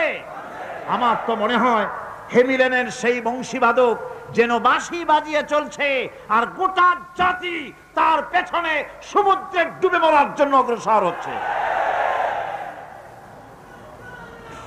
এই আরে ভাই, এর মধ্যে আপনি ভারতের দালাল পাইলেন কই? কি এর মধ্যে কি ঢুকাই দিলেন? বন্ধুগণ, আমি বলতে চাচ্ছি যে আজ আমরা সফলতা এবং ব্যর্থতা কিসে, লাভ আর ক্ষতি কিসে এটা বুঝতে পারছি না বলেই গোটা জাতির এই দুর্দিনে সূরা ওয়াল আসর এইটাই আমাদের আলোচনা করা উচিত বলে আমি মনে করি। এর মধ্যেই আল্লাহ পাক আমাদের লাভ, আমাদের ক্ষতি, আমাদের সাফল্য, আমাদের ব্যর্থতা এর মানদণ্ড নির্ণয় করে দিতে পারেন কে? কথা বোঝেন নাই? তাহলে বলেন না, কে দিতে পারেন? সেই আল্লাহ রাব্বুল আলামিন, তিনি কোরআনকে দিয়েছেন, এই সূরা তিনি নাজিল করেছেন। ইমাম শাফি রাহমাতুল্লাহ আলাইহি বলেছেন, লোকেরা যদি এই ছোট্ট সূরাটি উপরে চিন্তা ভাবনা করে তাহলে একটা মানুষের জন্য এই সূরাটাই তার হেদায়েতের জন্য যথেষ্ট হয়ে যেতে পারে, আর কিচ্ছু লাগে না। এই ছোট্ট সূরাটি একটা মানুষের সম্পূর্ণ হেদায়েত হওয়ার জন্য যথেষ্ট। আল্লাহ রাব্বুল আলামিন শুরু করছেন এভাবে, ওয়াল আসরি ইন্নাল ইনসানা লাফি খুসর। ওয়াল আসরি, আসরের আগে একটা অ আছে। আরবি গ্রামার অনুযায়ী এই অটা হচ্ছে ওয়াও কাসমিয়া, এটা হচ্ছে শপথ। আল্লাহ কসম করছে। আপনারা খুব চিন্তা ভাবনা করেন, মাথা ঠান্ডা করে, কান এবং দিল, মন, মগজ সব এদিকে আপনারা গভীর মনোনিবেশ সহকারে যদি শোনেন তাহলে বুঝতে পারবেন আল্লাহ পাক শপথ করতেছেন, কসম করতেছেন। এটা কি সোজা ব্যাপার না বিরাট ব্যাপার? আমরাও তো কসম করি। কখন করি? কথাটাকে নিশ্চিত করার জন্য, দৃঢ়ভাবে বিশ্বাস করাবার জন্য বলি, আল্লাহর দোহাই, আল্লাহর কসম, এই বলে আমরা আমাদের কথাকে উপস্থাপন করি, অধিকতর বিশ্বাস করাবার জন্য। আল্লাহ পাক কসম করতেছেন, তবে আল্লাহর কসম আর আমাদের কসম এক না। আমরা কসম করি সবচাইতে যিনি বড়, মহানত্ব, বিরাটত্ব, শ্রেষ্ঠত্বের উপরে ভিত্তি করে আমরা কসম করি, যেহেতু আল্লাহর চাইতে মহান, বড়, শ্রেষ্ঠ আর কেউ নাই। এই জন্যে আল্লাহর চাইতে বড় কেউ নাই বলে আমাদের জীবনের শ্রেষ্ঠ স্লোগান, মুসলমানের জীবনে শ্রেষ্ঠ স্লোগান নারে তাকবীর। আসতে কইলেন কেন?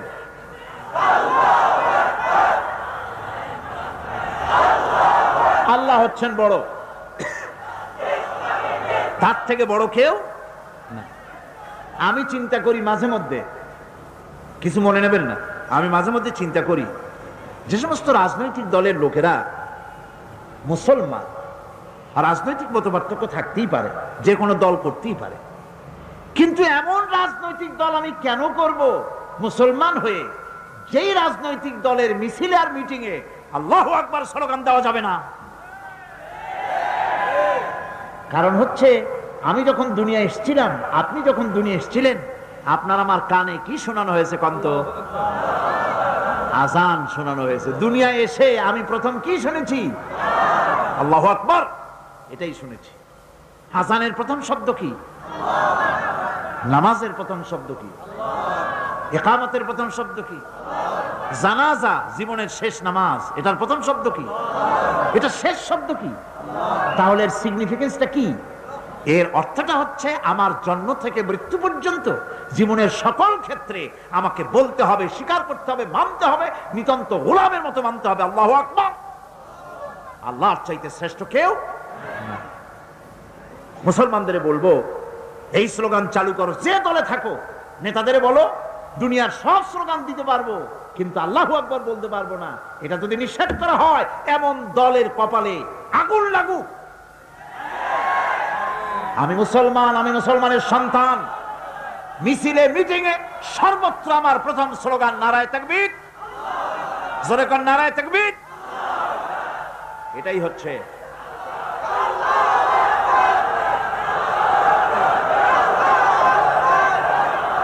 সুতরাং আজ আল্লাহু আকবার আমরা কসম করি, যেহেতু আল্লাহ বড়, তার বিরাটত্বের উপরে নির্ভর করে আমরা কসম করি, কিন্তু আল্লাহর চাইতে বড় তো কেউ নাই। উনি কসম যখন করবেন, উনি করবেন কিসের কসম? আমাদের কসম আর আল্লাহর কসম এক নয়। রব্বুল আলামিন যখন কসম করেন, তিনি তার কাছে বড়, তার চাইতে বড় কেউ নাই, শ্রেষ্ঠ কেউ নাই, মহান কেউ নাই। সেজন্য তিনি যে কসম করেন, যে কথা বলতে চান, ওই কথার সাথে, ওই বিষয়ের সাথে যার সম্পর্ক, যার সাযুজ্য আছে, সম্পৃক্ততা আছে, সিমিলারিটি আছে, তার কসম আল্লাহ পাক করেন। যেহেতু এখানে আল্লাহ রাব্বুল আলামিন মানুষের সফলতা, ব্যর্থতা, মানুষের লাভ আর ক্ষতির কথা বলবেন, সেজন্য আল্লাহ পাক মানুষের জীবনের সাথে, মানুষের সম্পর্ক রয়েছে, তার জীবনের মানুষের সাথে সম্পর্ক রয়েছে, সময়ের মানুষের সঙ্গে সম্পর্ক রয়েছে, ইতিহাসের। তাই রব্বুল আলামিন বলেন, ওয়াল আসরি ইন্নাল ইনসানা লাফি খুসর। আমি কসম করি সময়ের, আমি কসম করি ইতিহাসের, আমি কসম করি জীবনের, আমি কসম করি সময়ের। যেহেতু এই জীবন আছে বলে আমরা আছি, জীবন না থাকলে আমরা বাঁচি না। ইতিহাস, ইতিহাসের কসম আল্লাহ করেন, কারণ হলো ইতিহাস মহাকালের সাক্ষী। এই মহাকালের দুষ্কৃতি কারা, তাদের দুষ্কৃতি যারা, তাদের দুষ্কৃত, তাদের দুষ্কৃত কর্ম, যা তারা যে খারাপ কাজ করেছে, সেই খারাপ কাজের ইতিহাস ধারণ করেছে। যারা সুকৃতি করেছে, তাদের সুকর্মগুলি ইতিহাস ধারণ করেছে। এই ইতিহাস হচ্ছে নীরব সাক্ষী। আল্লাহ বলেন, আমি ওই ইতিহাসের সাক্ষী, আমি জীবনের সাক্ষী, আমি সময়ের সাক্ষী। যেহেতু সময় কারো জন্য বসে থাকে না, সময়ের ব্যাপারে হযরত ইবনে কাইয়্যিম রাহমাতুল্লাহ আলাইহি তিনি বলেছেন, মা মাদা ফিদ দুনিয়া আহলামুন ওয়া মা বাকিয়া মিনহা আমানি। মা মাদা ফিদ দুনিয়া আহলামুন, আমি আমার জীবনের যে অংশ ফেলে এসেছি এটা আমার স্বপ্ন। ওয়া মা বাকিয়া মিনহা আমানি, আর যেটা আমার সামনে জীবন বাকি আছে ওটা হচ্ছে আমার আকাঙ্ক্ষা। ওয়াল ওয়াক্তু বাইনাহুমা দায়ুন, আর এর মাঝখান থেকে সময় চলে যাচ্ছে। সময় আমার জন্য বসে নেই, সময় চলে যাচ্ছে। এই পৃথিবীতে আসার পর আমাদের হায়াত তো বাড়ছে না, বরং হায়াত প্রতি মুহূর্তে কি হচ্ছে? লোকেরা বলে হায়াত বাড়ে, হায়াত তো বাড়ে না। হায়াত কি হয়? জন্মের পরের থেকে আমার জন্য রিজার্ভ আছে যতটুকুন, 50 বছর বাঁচবো, 60 বছর বাঁচবো, যতটুকুন হায়াত আমার জন্য নির্ধারিত করা আছে, নির্ধারণ করা আছে, প্রতিদিন একদিন একদিন করে কমে যেতেছে। এজন্য আমি বলি, আমার বাড়িতে যে ঘড়িটা আছে, এই ঘড়িটা বেলা 1টার সময় ঢং করে একটা আওয়াজ দেয়, শ্রোতাকে শুনিয়ে দেয়, বাড়িওয়ালা তোমার জীবনের মূল্যবান হায়াত থেকে 1 ঘন্টা কমাইয়া দিলাম। 2টার সময় 2টা ঘন্টা লাগায় শোনায় দিল, বান্দারে তোমার জীবনের মূল্যবান সময় থেকে 2টি ঘন্টা কমে গেল। এমনি করে দিন গেল, মাস গেল, বছর গেল, আমাদের হুঁশ হলো না। সময় চলে গেল তাস খেলে খেলে, সময় চলে গেল আমাদের খেলাধুলা করে, শয়তানি বদমাশি করে। সময় কতটুকুন পেলাম?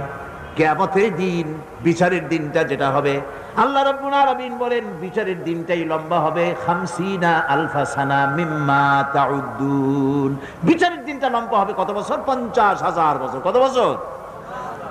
দুনিয়ায় যেভাবে তুমি হিসাব করো, দুনিয়ার গণনা অনুযায়ী হাসরের বিচারের দিনটা হবে 50,000 বছরের মতো লম্বা। এক কিতাবে দেখেছি, তিনি লিখেছেন হিসাব করে, কিয়ামতের ওই দিনটার হিসাবে 50,000 বছর একটা দিন লম্বা, ওই হিসাবে পৃথিবীতে যারা 60 বছর বাঁচলো সেজন্য আখেরাতে 2 মিনিট দুনিয়ায় বাঁচলো। চিন্তা করেছে? মাত্র 2 মিনিট। 60 বছর যারা হায়াত পেল 2 মিনিট বাঁচলো। এই 2 মিনিটের জন্য কত হাঙ্গামা, কত মারধর, কত সন্ত্রাস, ক্ষমতার জন্য লড়াই, ফ্যান করেঙ্গে ত্যান করেঙ্গে, লাঠি কে আন্দার মুগুর ভরেঙ্গে, শক্তির ঠেলায় অস্থির।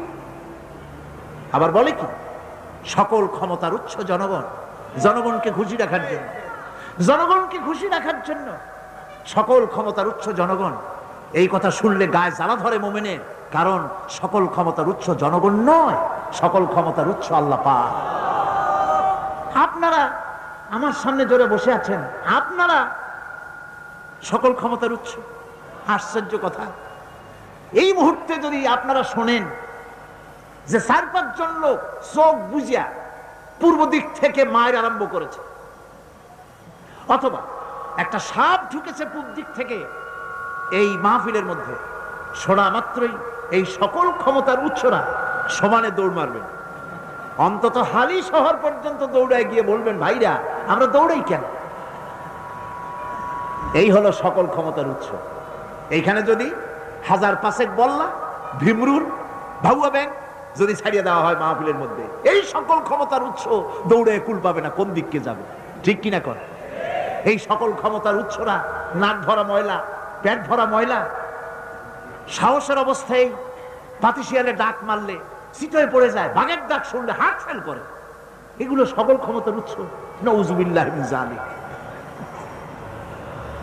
এই কথা বলা শিরক, এই কথা বিশ্বাস করা কবিরা গুনাহ, হারাম। যেহেতু আল্লাহ পাক পরিষ্কার করে বলেছেন, আন্নাল কুওয়াতা লিল্লাহি জামিআ, সকল ক্ষমতার উৎস কেবলমাত্র কে? চিল্লায় বলেন, হাত উঁচু করে বলেন, সকল ক্ষমতার উৎস কেবলমাত্র আল্লাহ সুবহানাহু ওয়া তাআলা। সুতরাং তিনি এই পৃথিবীতে যারা 60 বছর বয়স পাইল, আখেরাতের ওই হিসাবে সেই পৃথিবীতে বাঁচত মাত্র 2 মিনিট। সেই 2 মিনিট সময় নিয়ে এত বাদবাড়ির ঠেলায় অস্থির। আমার বন্ধুগণ, সময় চলে যাচ্ছে স্রোতের মতো করে, কারো জন্য সময় অপেক্ষা করতেছে না। আমাদের মৃত্যু প্রতি মুহূর্তে কাছে চলে আসতেছে। এই জন্য শায়ের বলেছেন, আগাহ আপনি মৌত সে কোই বশর নেহি, আগাহ আপনি মৌত সে কোই বশর নেহি, সামা সো বরস কে হ্যাঁ পল কি খবর নেহি। মৃত্যু সম্পর্কে আমাদের কারো জানা নাই, যে কোনো মুহূর্তে মৃত্যু আমাদের কাছে এসে যেতে পারে, মৃত্যু সম্পর্কে কিছুই জানা নাই। অথচ প্রতি মুহূর্তে আমরা মৃত্যুর দিকে গিয়ে চলছি। মাল সামান 100 বছর কি ধরে খাবো তাও জমা করে রেখেছি, কিন্তু এক মুহূর্তের খবর নাই। মাহফিলে এসেছি, বাড়ি যেতে পারবো নিশ্চয়তা নাই। আছে? বলেন আছে? আপনি বাড়ি যাও ভালো, বসেছেন, দাঁড়াতে পারবেন, এই নিশ্চয়তা আছে? নাই। সুতরাং সুরের যে সময়ের উপরে কসম করে মূলত সময়ের অপরিসীম গুরুত্ব সম্পর্কে আল্লাহ পাক মানুষকে বুঝাই দিতেছেন। সময়ের দাম দাও। আমাদের সময় চলে যায় গান শুনতে শুনতে, আশ্চর্য মলম বিক্রি করা দেখতে দেখতে, তাস পাশা খেলতে খেলতে সময় চলে যায়, কেউ খেয়াল করে না। সময় বলতে অতীত কালও হতে পারে, আবার বর্তমানও হতে পারে।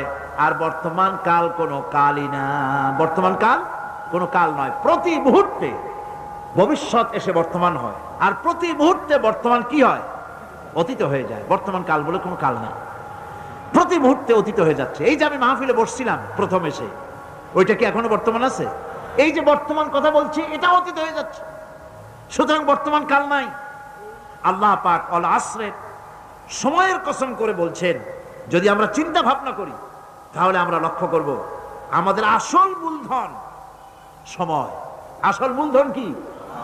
জীবনের আসল মূলধন কি? সময়। ইমাম রাজি রহমতুল্লাহ আলাইহি এই পর্যায়ে এক বুজুর্গের ব্যক্তির কথা তিনি আলোচনা করেছেন। তিনি বলেছেন যে একটা লোক, তিনি সূরা ওয়াল আসর এর ব্যাখ্যা তিনি বুঝতেছিলেন না। ব্যাখ্যাটা এই মাথার মধ্যে ঘুরপাক খাচ্ছিল, এর ব্যাখ্যা কি? একবার তিনি বাজারে ঢুকলেন, তারপরে তিনি শুনতে পেলেন বাজারের এক প্রান্ত থেকে একজন চিল্লায় বলতেছে, সেই ব্যক্তির উপরে রহম করো যার পুঁজি গলে যায়, সেই ব্যক্তির উপরে রহম করো যার পুঁজি গলে যায়। উনি চিন্তা করলেন পুঁজি এবার গলে কেমন? উনি দৌড়ে গেলেন, যায় দেখেন যে যে ব্যাটা চিল্লাচ্ছে সে হচ্ছে বরফ বিক্রেতা। কি বিক্রেতা? বরফ, বরফ, আইস। এখন এই বরফ বিক্রেতা সে চিল্লায় বলতেছে, সেই ব্যক্তির পরে রহম করো যার পুঁজি কি গলে যায়। সূর্যের তাপ বাড়তেছে আর বরফ গলে যাচ্ছে। সে বোঝাতে চাচ্ছে যে আমার এই বরফটা জমাট থাকা অবস্থায় তোমরা কেউ কেনো, যেহেতু আমার পুঁজি তো এর মধ্যে আমি ইনভেস্ট করেছি। এটা যদি পানি হয়ে যায় তো পানি তো কেউ কিনবে না, এটা তো যেখানে সেখানে পাওয়া যায়। বরফ পাওয়া যায় না বলেই তো আমি বরফ কিনে আনছি। তোমরা আমার প্রতি দয়া করো, তাড়াতাড়ি করে বরফটা কিনে নিয়ে যাও। ইমাম রাজি রহমাতুল্লাহ আলাইহি বলেন, বুজুর্গ ব্যক্তি চিৎকার মেরে বললেন, আল্লাহু আকবার, আমি কিন্তু এই বরফ বিক্রেতার ঘোষণার মধ্য দিয়ে সূরা ওয়াল আসরের তাফসীর আমি বুঝে ফেলেছি। তার মানে হলো বরফ বিক্রেতা যেভাবে বলতেছে সেই ব্যক্তির উপরে রহম করো যার পুঁজি গলে যায়, আমারও তো একটা পুঁজি আছে, ওই পুঁজির নাম হায়াত। প্রতি মুহূর্তে আমার পুঁজি তো গলে যেতেছে, আমার পুঁজি তো গলে যায়, প্রতি মুহূর্তে কমে যেতেছে। আহারে, এই পুঁজি যে গলে গেল ধরে রাখতে পারলাম না, এই জন্য কিছুই তো করতে পারি নাই। সূরা ওয়াল আসরের ভিতরে মানুষের আয়ুষ্কাল দেওয়া হয়েছে বরফ গলে যাওয়ার মতো দ্রুত, সে আয়ু কমে যাচ্ছে। একে যদি নষ্ট করে ফেলা হয়, ভুল কাজে ব্যয় করা হয়, সেটাই হচ্ছে মানুষের মূল ক্ষতি। মানুষের মূল ক্ষতি। ব্যবসায় ক্ষতিগ্রস্ত হয়েছে, এটা মূল ক্ষতি নয়। স্বাস্থ্য হারাইছে, মূল ক্ষতি নয়। রাজনীতিতে ব্যর্থ হয়েছে, মূল ক্ষতি নয়। জীবনে মন্ত্রিত্ব হারাইছে, মূল ক্ষতি নয়। মূল ক্ষতি প্রতি মুহূর্তে সময় নষ্ট হচ্ছে, এটাই মূল ক্ষতি। ভাইরা, কিয়ামতের দিন জান্নাতীদের কোনো দুঃখ থাকবে না, সকলের দুঃখ থাকবে। জান্নাতীদের কোনো দুঃখ থাকবে নাকি? থাকবে, থাকবে।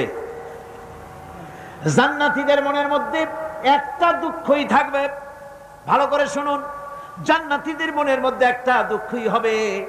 তারা মনে মনে চিন্তা করবেন, আফসোস করবেন, আহারে যদি দুনিয়ায় বসে অমুক সময় বাসে বসেছিলাম, আজে বাজে চিন্তা করেছি, বাড়ির ড্রয়িং রুমে একা একা বসে বসে আজে বাজে চিন্তা করেছি, অমুক অমুক সময় খেলাধুলায় কাটাইছি, এই সময়গুলিতে যদি সুবহানাল্লাহ, আলহামদুলিল্লাহ, লা ইলাহা ইল্লাল্লাহ, আল্লাহু আকবার, এই তাসবিহ যদি পড়তাম, জিকির আজগার করতাম, জান্নাতের ভিতরে আরো নিয়ামত লাভ করতে পারতাম। সময়টা তো কাজে লাগাইলাম না। জিকির করেন না, সুবহানাল্লাহ, আলহামদুলিল্লাহ, লা ইলাহা, মোহাব্বতের সাথে জোরে করেন, সুবহানাল্লাহ, আলহামদুলিল্লাহ, লা ইলাহা ইল্লাল্লাহ, সুবহানাল্লাহ,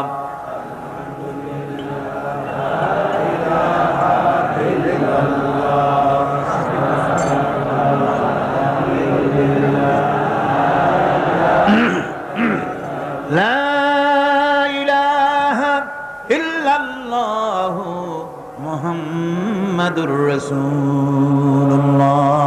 সময়কে কাজে লাগান, তেলাওয়াতের মাধ্যমে, ভালো কাজের মাধ্যমে, জিকিরের মাধ্যমে, উপদেশের মাধ্যমে। মানুষের সত্য, মুমিনের সব কাজে সওয়াব। ওয়াকুলু লিল্লাহি হুসনা, মানুষের সঙ্গে ভালো ভালো কথা কও, মানুষের সঙ্গে হাসি মুখে কথা কও। একজনের সাথে হাসি মুখে কথা বললেন, আপনার একটা সদকা দেওয়ার মতো সমান সওয়াব আমলনামায় লেখা হয়ে গেল। ভালো ভালো কাম করো। বন্ধুগণ,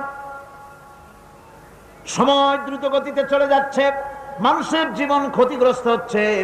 ক্ষতি থেকে বাঁচতে পারবে চারটা গুণ, যার মধ্যে আছে, বাকি সব ক্ষতিগ্রস্ত হয়ে যাবে। আমার ভাইয়েরা, এই কথাগুলি বলে আল্লাহ পাক যেন এরকম একটা দৃষ্টান্ত দিলেন। আপনি যদি পরীক্ষার হলে গিয়া দেখেন ছাত্ররা পরীক্ষা দিতেছে, পরীক্ষার জন্য নির্ধারিত সময় কতটুকুন? 3 ঘন্টা। 3 ঘন্টা। 3 ঘন্টা। আপনি গিয়ে দেখলেন কোন একজন পরীক্ষার্থী পরীক্ষা দিতে গিয়ে আর একদিকে তাকায় আছে, আকাশের তারা গুনতেছে, অথবা সে গল্প করতেছে, অথবা পরীক্ষা বাদ দিয়ে আজে বাজে কিছু লিখতেছে। আপনি যেমন তাকে ওই ছেলেটাকে আনবো না, গাফেল ছেলেটাকে ঘড়ির দিকে তাকায় বলেন, এই ছেলে ওই ঘড়ির দিকে তাকাও, দেখো তোমার সময় কিন্তু চলে যেতেছে, মাত্র 1 ঘন্টা আর তুমি সময় নষ্ট করতেছ। আল্লাহ যেন স্নেহ পরবশে তাম পৃথিবীর গোলামদেরকে, বান্দাদেরকে আঙ্গুল নির্দেশনা দিয়ে বলছেন, বান্দারা প্রতি মুহূর্তে তোর জীবনের মূল্যবান সময় চলে যেতেছে, প্রতি মুহূর্তে সময় যাচ্ছে। আল ইনসান,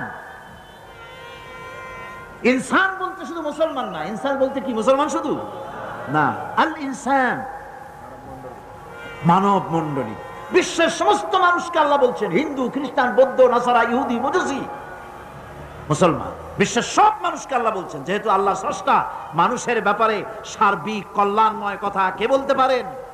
কে বলতে পারেন? সে আল্লাহ রাব্বুল আলামিন বলছেন, সময় চলে যাচ্ছে ও পৃথিবীর মানুষেরা। এই মানুষ বলতে আল্লাহ রাব্বুল আলামিন কোন ব্যক্তি, কোন গোষ্ঠী, কোন জাতিকে বলেন নাই, বলেছেন সমগ্র মানবতাকে। এর অর্থ হচ্ছে সূরাটিতে উল্লেখ্য 4টি গুণ যদি আমল করতে পারে লোকেরা, যেই ব্যক্তি করবে, যেই সমাজ করবে, যেই রাষ্ট্র করবে, যেই গোষ্ঠী করবে, যেই জাতি করবে, তারাই ক্ষতি থেকে বেঁচে যাবে, আর যারা করবে না তারা ক্ষতিগ্রস্ত হবে। কি হবে বলুন?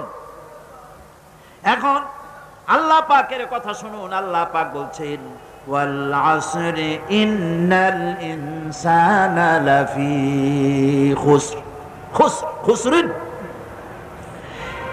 এই যে খুসর, খাসারা, এই শব্দটা হচ্ছে আবিধানিক অর্থে ক্ষতি, হচ্ছে লাভের বিপরীত। লাভের বিপরীত কি? ক্ষতি।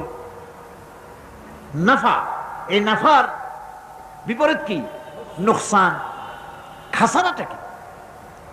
নোকসান বলা হয় পুঁজি 50,000 খাটাইছিলাম, লাভ করতে পারি নাই, পুঁজি ঠিক আছে, এটাকে বলা হয় নোকসান। এটাকে কি বলা হয়? নোকসান।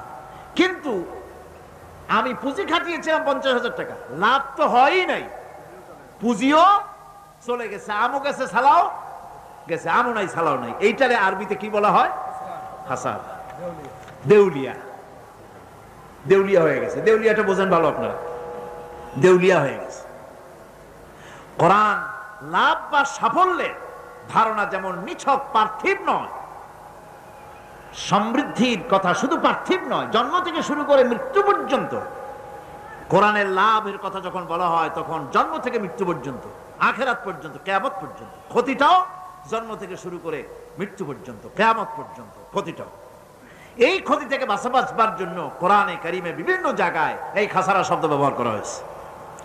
আল্লাহ রাব্বুল আলামিন বলছেন, ওয়ামান খাফফাত মাওয়াজিনুহু ফাউলাইকাল্লাযীনা খাসিরু আনফুসাহুম বিমা কানু বিআয়াতিনা ইয়াযলিমুন।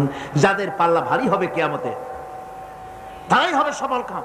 আর যাদের পাল্লা হালকা হবে, নেকির পাল্লা, নেকির পাল্লা যাদের হালকা হবে, তারা হবে ক্ষতিগ্রস্ত। তারা নিজেদের ক্ষতি, নিজেরাই ক্ষতি সাধনকারী হবে কিয়ামতের দিন। কাজে মানুষের জীবনের সমুদয় কার্যাবলীর ভালো অংশ যদি খারাপ অংশের উপরে বিজয়ী হয়, তারপরে খারাপ অংশ পাওনাদারদের দিয়ে টিয়া, এরপরে যদি নেকি কিছু বাকি থাকে, তাহলে বোঝা গেল লোকটা কিয়ামতে নাজাত পাবে। আর যদি ভালো কাজের উপরে খারাপ কাজ বিজয়ী হয়ে যায়, আর সমস্ত পাওনাদারদেরকে পাওনা মিটাইয়া তারপরও পাপ বাকি থেকে যায়, এক চাইতে খাসারা পৃথিবীতে, আকাশে, জমিনে কিছুই আর হবে না। এর থেকে বাঁচার জন্য আল্লাহ পাক, এই খাসারা থেকে বাঁচার জন্যই মানুষকে এই কথা বলছেন। এই কথাটি কোরআনে কারিমের অন্য একটি আয়াতে আরো সুন্দর করে বলা হয়েছে। যারা নাকি এই দুনিয়ার বুকে, যারা নিজেদের পুঁজি খাটাইছে, জীবনের পুঁজি সুদ কামাইতে খাটালো, জীবনের পুঁজি খাটালো হারাম কামাইয়ের ভিতরে, অন্যায় কাজের ভিতরে, যারা জীবনের পুঁজিকে আল্লাহর দ্বীনের কাজে লাগাতে পারে নাই, তাদের সম্পর্কে বলা হচ্ছে খাসিরাদ দুনিয়া ওয়াল আখিরাতা যালিকা হুয়াল খুসরানুল মুবিন। খাসিরাদ দুনিয়া ওয়াল আখিরাত, দুনিয়াও ক্ষতিগ্রস্ত, আখিরাতেও ক্ষতিগ্রস্ত। এটা হচ্ছে তার জন্য সুস্পষ্ট ক্ষতি, এর থেকে বড় ক্ষতি আর কিছুই হতে পারে না। আল্লাহ পাক কোরআনে কারীমে অন্যত্র বলেছেন, وَنُنَزِّلُ مِنَ الْقُرْآنِ مَا هُوَ شِفَاءٌ وَرَحْمَةٌ لِلْمُؤْمِنِينَ وَلَا يَزِيدُ الظَّالِمِينَ إِلَّا خَسَارًا। আমি এই কোরআন অবতরণের পরিক্রমায় এমন সব বিষয় অবতীর্ণ করেছি যা মুমিনদের জন্য নিরাময় এবং তাদের জন্য রহমত, আর জালিমদের জন্য ক্ষতি ছাড়া আর কিছুই বৃদ্ধি পায় না। জালিমদের জন্য ক্ষতি বৃদ্ধি পায়, আর যারা মুমিন তাদের জন্য এর মধ্যে নিরাময় আছে, এর মধ্যে রহমত আছে।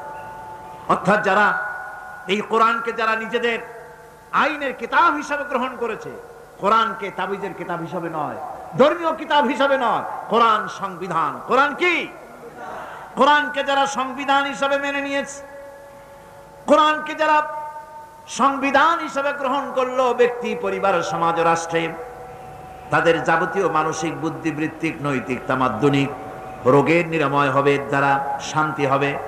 কিন্তু যেসব জালিম এই কোরআনকে প্রত্যাখ্যান করেছি, কোরআনকে যারা মৌলবাদীদের কিতাব বলে, কোরআনের কথা বললে মৌলবাদ বলে গাল দেয়, তারা তাদের কপালকে পোড়াইয়া ছাই বানাইয়া দিছে, তাদের কপাল ভস্মীভূত করে দিয়েছে। আমার দেশে, এই দেশটা কি মুসলমান বেশি না অন্য জাতি বেশি? কোন? জোরে কোন? মুসলমান সবচেয়ে। খুব লক্ষ্য করে শোনেন, এই দেশে সবচেয়ে মুসলমান বেশি, ইন্দোনেশিয়ার পরে। পৃথিবীর দ্বিতীয় বৃহত্তম মুসলিম দেশ হলো কোনটা? বাংলাদেশ। এই দেশে ইসলামরে যত গালি দেওয়া হয়েছে, কোরআনকে যত গালি দেওয়া হয়েছে, আলেমদেরকে যত গালি দেওয়া হয়েছে, রাসূলুল্লাহকে যত গালি দেওয়া হয়েছে, ইসলামী আদর্শকে যত গালি দেওয়া হয়েছে, পৃথিবীতে কোন দেশে এইভাবে ইসলামকে গালি দেওয়া কোথাও হয় না। এমনকি আমেরিকার মতো দেশে, ইংল্যান্ডের মতো দেশেও কোরআনের বিরুদ্ধে এত কথা কেউ বলতে সাহস পাবে না, ইসলামের বিরুদ্ধে কথা বলতে সাহস পাবে না, যেহেতু মুসলমানেরা সেখানে পাল্টা আক্রমণ করবে। আজ আমার দেশে মুসলমানের ঘরের সন্তান হইয়া ইসলামের বিরুদ্ধে তারা বক্তব্য রাখে। মৌলবাদ জিকির উঠে গেছে। বিল ক্লিন্টনরা, আমেরিকার প্রেসিডেন্টরা যখন শপথ নেন, প্রেসিডেন্ট হিসেবে ওথ নেন, বাইবেলের উপরে হাত রাখেন আর বলেন, এই মহাগ্রন্থকে স্পর্শ করে শপথ নিচ্ছি, আমি আমার চিন্তা চেতনা, আমার মেধা, আমার প্রজ্ঞা সবটা আমার জাতি, আমার দেশকে উন্নয়নের জন্য, এর সমৃদ্ধির জন্য, এর সংরক্ষণের জন্য আমি আমার জীবনকে উৎসর্গ করব। বাইবেলের উপরে স্পর্শ করে এই শপথ তারা নেন। আমার দেশের প্রেসিডেন্ট, প্রধানমন্ত্রী শপথ নেওয়ার সময় কোরআন শরীফের উপরে হাত রাখে যদি, তাহলে বলা হবে বেচারা মৌলবাদী হয়ে গেছে। এটা করা যাবে না। আর যদি কেউ করে সামান্য কিছু, কোরআন না, যদি তসবিহ নিয়েও আসে, তাহলে বুঝতে হবে জাতির সাথে একটা প্রতারণা ছাড়া কিছুই না। কাজী ধর্মের প্রতি আকর্ষণ একটা ভিন্ন জিনিস, সেই জিনিসকে ছেড়ে যারা দেয় তারাই ক্ষতিগ্রস্ত হয়, আর যারা ধরে রাখে তারা দুনিয়ায় ক্ষতিগ্রস্ত হয় না। আল্লাহ পাক এখানে রাসূল করিম সাল্লাল্লাহু আলাইহি ওয়াসাল্লাম একটি হাদিস প্রণিধানযোগ্য কোরআনের ব্যাপারে। হুজুর বলেছেন, আল কোরআন হুজ্জাতুন লাকা ওয়া আলাইকা। এই কোরআন হয় তোমার পক্ষের সাক্ষী, না হয় এই কোরআন তোমার বিপক্ষের সাক্ষী। কিয়ামতে এই কোরআন হয় তোমার পক্ষে কাজ করবে, নতুবা এই কোরআন তোমার বিপক্ষে কাজ করবে। দুই অবস্থা থেকে খালি হবে না। হয় কোরআন তোমার পক্ষে সাক্ষী দেবে, না হয় আমরা কি চাই? কিয়ামতে কি চাই? বলেন কি চাই? কোরআনের পক্ষে যদি আমরা সাক্ষী চাই, তাহলে এই কোরআনের পক্ষে আমাদেরকে কাজ করতে হবে। এছাড়া আমাদের নাজাতের কোনো পথ নাই। আমাদের মুক্তির পথ হচ্ছে কোরআন কেন্দ্রিক, রাসূলুল্লাহর হাদিস কেন্দ্রিক। এর বাইরে আমাদের সমস্ত পুঁজি নষ্ট হয়ে যাবে। আমাদেরকে পৃথিবীতে টিকে থাকতে হলে কোরআনের উপরে ভিত্তি করে আমাদেরকে বাঁচতে হবে, টিকতে হবে। কোরআনে কারিমে আল্লাহ রাব্বুল আলামিন অন্যত্র বলেছেন, কুল ইন্নাল খাসিরিনাল্লাযীনা খাসিরু আনফুসাহুম ওয়া আহলিহিম ইয়াওমাল কিয়ামাহ আলা যালিকা হুয়াল খুসরানুল মুবিন। বলো, প্রকৃত দেউলিয়া তারাই যারা কিয়ামতের দিন নিজেকে, নিজের পরিবারবর্গকে এই ক্ষতির দিকে যারা ঠেলে দেবে। ভালো করে শুনে নাও, এটি হচ্ছে সুস্পষ্ট ক্ষতি। সুস্পষ্ট দেউলিয়াপনা। তার মানে হলো মানুষ এই পৃথিবীতে তার জীবন, তার চিন্তা, তার জ্ঞান, তার বুদ্ধি, তার প্রজ্ঞা, তার শরীর, তার শক্তি, তার যোগ্যতা, তার মেধা যদি অন্যায় কাজে ব্যয় করে, আল্লাহ নাই এই চিন্তা করে বসবে, এর উপরে সে আন্দোলন চালালো। অনেক হয় ইলাহ নাই অথবা অনেক ইলাহ আছে, এগুলোর উপরে কথা বললো, বুদ্ধিজীবী হয়ে সাহিত্যিক হয়ে ইসলামের বিরুদ্ধে লিখলো। আমার দেশের একজন বুদ্ধিজীবী তো সেদিন বলেই বসলেন, হতে পারতেন যদি মালাউন, ওই বেটার নাম মুসলমান, সে একটা মুসলমানের সন্তান, আমি ওটার নাম নিব না, একটা বুড়া মুসলমান, মুসলমান নামের কলঙ্ক, রণেশ দাশগুপ্ত বলল। আর সেই জন্য সে আফসোস করে বলল, হতে পারতাম আমিও যদি ওর মতো মালাউন। আরে তো মালাউন হবা তোমার এত দুঃখ, মাথাটা কামাই একটা টিকি রেখে দাও, একটা দুটি বড়, কে তোমারে কইবে না তুমি মালাউন। বরং মালাউন হওয়ার আকাঙ্ক্ষা করে জাতিরে তোমার জানাজা পড়া দিয়ে বাঁচাই দিছো, তোমার জানাজা কেউ পড়বে না। তো যারা সাহিত্যিক হয়ে, বুদ্ধিজীবী হয়ে, কবি হয়ে গোটা জাতিকে বিভ্রান্ত করে, কিয়ামতের দিন সে নিজে, তার সন্তান সন্ততি আর যত লোককে বিভ্রান্ত করেছে সকলকে নিয়ে কিয়ামতে ক্ষতিগ্রস্ত হবে। আর এটাই হচ্ছে সবচেয়ে বড় ক্ষতি।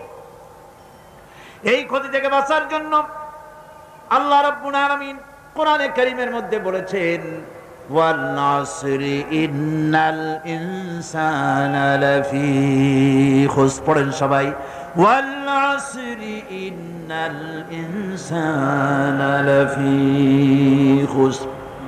মানুষের, সমগ্র মানুষের জীবন ক্ষতিগ্রস্ত, ব্যর্থ। কে বলতেছেন? গা শিউরে ওঠার কথা না, গা শিউরে ওঠে। আল্লাহ বলতেছেন ক্ষতিগ্রস্ত, ব্যর্থ। আপনি যতই মনে করেন আপনার মিল আছে, কল আছে, কারখানা আছে, মন্ত্রী, টাকা পয়সা আছে, প্রেসিডেন্ট হয়েছেন, প্রধানমন্ত্রী হয়েছেন, আপনার জীবন সফল হয়েছে, আল্লাহ বলেন না, জীবন ব্যর্থ, জীবন বিফল, জীবন ক্ষতিগ্রস্ত। তাম পৃথিবীর সমস্ত মানুষ ক্ষতিগ্রস্ত, ব্যর্থ। 4টা কাজ করলে সফল হবে। কয়টা কাজ? জোরে বলেন, কয়টা কাজ? ইল্লাল্লাযীনা আমানু ওয়া আমিলুস সালিহাতি ওয়া তাওয়াসাউ বিল হাক্কি ওয়া তাওয়াসাউ বিস সাবর। 4টা কাজ করলে জীবন হবে সফল। আমরা কি জীবন ক্ষতি করতে চাই না জীবনের সফলতা চাই? চিল্লায় বলেন, কি চাই? সেই সফলতার কথা আমি আগামীকাল আপনাদের সামনে আলোচনা করব ইনশাআল্লাহ। এখন মোনাজাতের জন্য সব দাঁড়ানো ভাইরা বসে পড়েন। এক মুহূর্তের মধ্যে যত লোক দাঁড়ানো আছেন চতুর্দিকে সবাই বসুন, মোনাজাতে শরীক হন, মোনাজাতে শরীক হন। মোনাজাতের পর আজান হবে, আজানের পর বা জামাত নামাজ হবে। আজকের প্রথম দিনেই 2 জন অমুসলিম ভাই ইসলাম কবুল করার জন্য এসেছেন, আলহামদুলিল্লাহ। সবাই বসেন, হাঁটবেন না। আপনারা মনে রাখবেন, মুনাজাতের কথা শুনে মাহফিলে হাঁটা বদকিসমতির আলামত। এটা কিসের আলামত? এটা মনে রাখবেন, হতভাগ্যের আলামত। এই কপালটাকে নিজেরা নষ্ট করবেন না। এত বড় মুনাজাত আমরা জীবনে আরেকবার পাবো কোনো নিশ্চয়তা নাই, কথা ঠিক কিনা? এখন ওনারা ইসলাম কবুল করবেন, মুসলমান হবেন, সেইটা দেখা তারপরে আপনারা কি করবেন?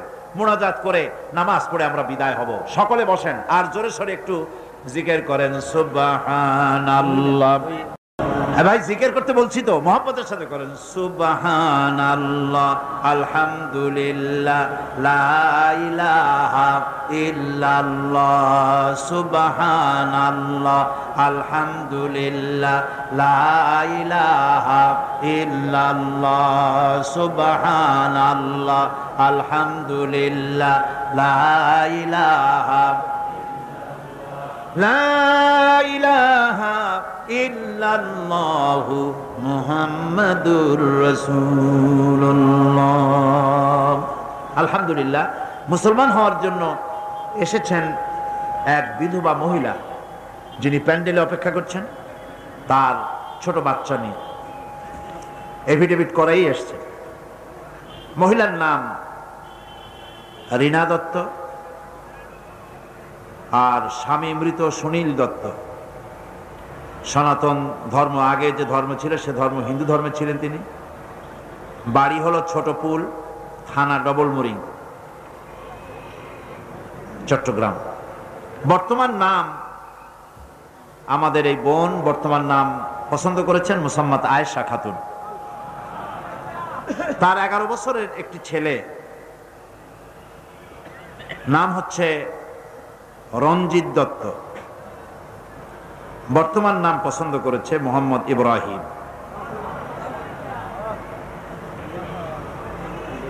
মায়ের কাছে সে ছেলে আছে।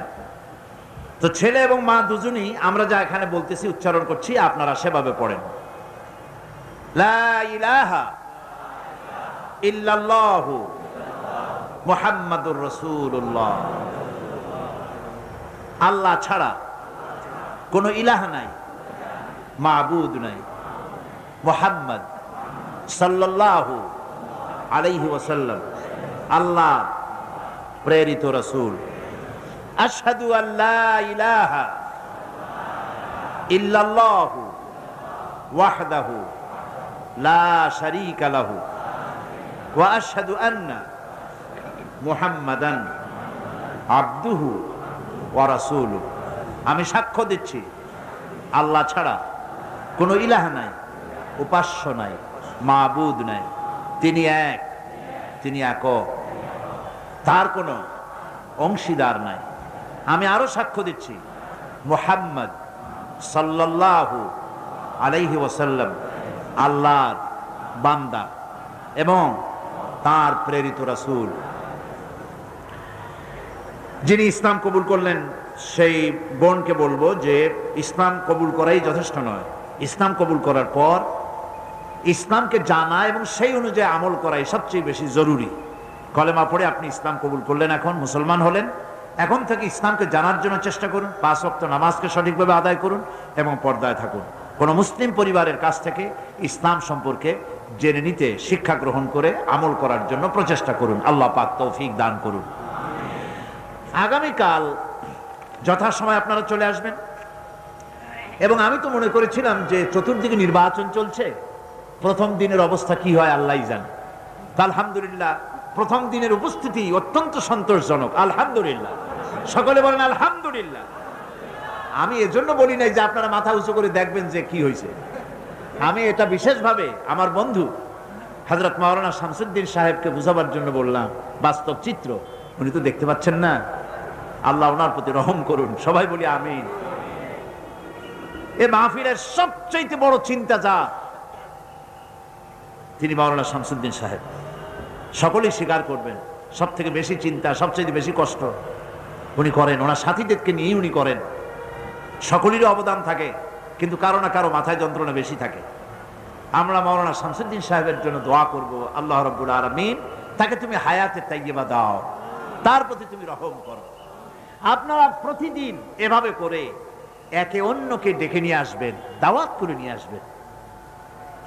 তাআওয়ানু আলাল বিররি ওয়াত তাকওয়া ওয়ালা তাআওয়ানু আলাল ইসমি ওয়াল উদওয়ান। ভালো কাজের সহযোগিতা করা দরকার। আপনারা আপনাদের বন্ধুদেরকে দাওয়াত দিয়ে নিয়ে আসেন, বলেন কোরআনের মাহফিল শুনলে পরে মন মস্তিষ্ক ভালো হয়ে যায়, কোরআনের আওয়াজে দিল ভালো হয়, চরিত্র ভালো হয়। আসো চলো কোরআন শুনতে যাই। আপনার বন্ধুকে, আপনার ভাইকে, আপনার মাকে, আপনার বোনকে, আপনার স্ত্রীকে, আপনার মেয়েকে, সবাইকে নিয়ে দাওয়াত দিয়ে নিয়ে আসবেন।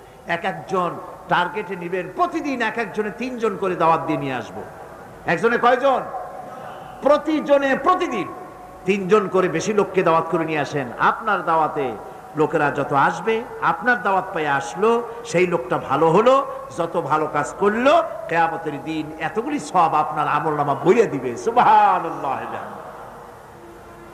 যাওয়ার সময় প্রতি বছরের মতো বই মেলা বসেছে, কারণ আলহামদুলিল্লাহ এখানে যে বই মেলা অন্যান্য বই মেলার মতো নয়। এই বই মেলাগুলি আল্লাহ পাকের কোরআন হাদিস দিয়ে ভরা। সুতরাং এই কোরআন হাদিস মূলক বইগুলি আপনারা কিনবেন, দিন ও ঈমান আপনাদের তাজা হবে। আল্লাহ পাক আপনাদের সকলকে তৌফিক দান করুন, বলি আমিন। বই কাউকে কোনোদিন ঠকায় না। বই আল্লাহ রাব্বুল আলামিন মানুষের মন মস্তিষ্ককে ইসলামের দিকে আকৃষ্ট করে দেয়। গত বছর মহিলা মাহফিলে, এবারও মহিলা মাহফিল হবে। মাওলানা শামসুদ্দিন সাহেব মাদ্দাজিলুল আলী আমাকে বলেছেন মহিলা মাহফিল এবারও হবে, তবে শুক্রবারে না। শুক্রবারে হলে মানুষের একটু অসুবিধা হয়, জুমার দিন তো। বুধ বৃহস্পতি দুদিন হরতাল হওয়ার কারণে ও। বৃহস্পতিবার না হয় শুক্রবারই করতে হবে বাধ্য। আল্লাহ চান শুক্রবার আমাদের কিছু করার নেই। জি জি, তাহলে শুক্রবারই হবে ইনশাআল্লাহ। আপনারা আপনাদের মা বোনদের নিয়ে আসবেন।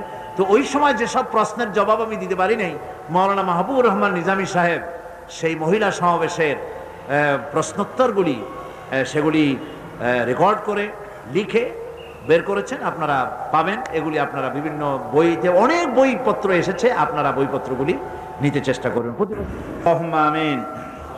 ربنا ظلمنا أنفسنا وإن لم تغفر لنا وترحمنا لنكونن من الخاسرين ربنا لا تزغ قلوبنا بعد إذ هديتنا وهب لنا من لدنك رحمة إنك أنت الوهاب আয় আল্লাহ তাআলা, বিশাল এই জনতা নিয়ে তোমার দরবারে তেলাওয়াত করে, জিকির আজকার করে, দরুদ ও সালাম পড়ে হাত তুলেছি। আল্লাহ রাব্বুল আলামিন মেহেরবানি করে সওয়াবটুকুন রাসূল করিম সাল্লাল্লাহু আলাইহি ওয়াসাল্লামের রূহ মুবারকে পৌঁছায় দাও। গোটা বিশ্বের মাটির নিচে যত মুমিন মুমিনাত শুয়ে আছেন তাদের আরওয়ার পরে সওয়াব পৌঁছায় দাও। আয় আল্লাহ রাব্বুল আলামিন, আমাদের মধ্য থেকে যাদের মা বাপ দুনিয়া থেকে বিদায় হয়ে কবরের গহীনে শুয়ে আছে, আল্লাহ কবরগুলিকে জান্নাতের টুকরা বানায়া দাও। রব্বিরহামহুমা কামা রব্বায়ানি সগীরা। সবাই পড়েন রব্বিরহামহুমা কামা রব্বায়ানি সগীরা। হায় আল্লাহ, আমাদের মা বাপ যাদের বেঁচে আছেন সুস্থ রাখো, ভালো রাখো, হায়াতে তাইয়্যিবা দাও। হায় আল্লাহ, খাতেমা বিল খাইর নসিব হওয়া তৌফিক দিয়া দাও। রব্বুল আলামিন, সারা জীবন আমরা গুনাহ করেছি, দয়া করে আমাদের জিন্দেগীর সকল গুনাহ খাতা মাফ করে দাও। আয় আল্লাহ তাআলা, এই বরকতপূর্ণ তাফসীরুল কোরআন মাহফিলে বিগত বছরগুলিতে যারা হাজির ছিলেন তাদের মধ্য থেকে আজকে যারা নাই, আয় আল্লাহ তাদেরকে তুমি মেহেরবানি করে কোরআনের নূর দিয়ে তাদের কবরগুলিকে মুনাওয়ার করে দাও। রব্বুল আলামিন, এই মাহফিল কে তুমি বরকতপূর্ণ করো। আয় আল্লাহ, এখানে যারা আসেন আয় আল্লাহ সকলকে কোরআনের হেদায়েত নসিব করে দাও। রব্বুল আলামিন, এই সমাজ কল্যাণের সভাপতি মাওলানা শামসুদ্দিন সাহেব বলেছেন বিগত 20 বছরের মধ্যে এরকম আর্থিক অনটনে তিনি কখনো পড়েন নাই। আল্লাহ তুমি দয়া করে মেহেরবানি করে অসুবিধা কাটায় ওঠার তৌফিক দিয়া দাও। তোমার মালদার বান্দাগুলির দিলের মধ্যে কোরআনের মহব্বত পয়দা করে দাও। আয় আল্লাহ তাআলা, তারা যেন তাদের পয়সা কড়ি নিয়ে গিয়ে আসেন, আল্লাহ তুমি দয়া করে তাদের দিলকে মাইল করে দাও। রব্বুল আলামিন, মা বোনেরা কষ্ট করে যারা আসেন, আয় আল্লাহ তুমি সকলকে কোরআনের হেদায়েত নসিব করো, কোরআন অনুযায়ী জীবন গড়ার তৌফিক দান করে দাও। আমাদের প্রিয় জন্মভূমি এই বাংলাদেশকে কোরআনের রাষ্ট্রে পরিণত করে দাও। আয় আল্লাহ তাআলা, কিয়ামতের দিন মুসিবতের সময় যেদিন পায়ের নিচে হবে তামার মতো মাটি আর মাথার উপরে প্রকাণ্ড প্রখর সূর্যের তাপ এসে পড়বে, গুনাহগারের মাথার চান্দি ফেটে গিয়ে মগজ গলে গলে নাক কান দিয়ে বেয়ে পড়তে লাগবে, জিহ্বাটা ঝুলে কুকুরের মতো নাভিস্থল পর্যন্ত পড়ে যাবে, ময়দানে সারা পড়বে পানি পানি বলে। আল্লাহ, ওই দিনে তোমার হাবিবের হাতের কাউসারের পেয়ালা আমাদের নসিব করে দিও। ربنا تقبل منا إنك أنت السميع العليم وتب علينا إنك أنت التواب الرحيم। আয় আল্লাহ পাক, এই কোরআনের তাফসীরের মাহফিলের সমস্ত ইনতেজামের দায়িত্ব আল্লাহ তুমি তোমার নিজ হাতে নিয়ে নাও। বাকি 4 দিন হরতাল হোক আর যাই কিছু হোক না কেন, আল্লাহ তোমার বান্দা বান্দি দিয়ে মাহফিলকে পূর্ণ করে দিও। চতুর্দিক থেকে দেশ বিদেশ থেকে যারা আসতে চান আসার পথকে সুগম করে দিও, আসান করে দিও। আল্লাহ, কোরআনের মাহফিলে যারা আসেন তাদের বাড়ি ঘর, তাদের মাল সামান, তাদের বিবি বাল বাচ্চা আল্লাহ তুমি হেফাজতে রেখো।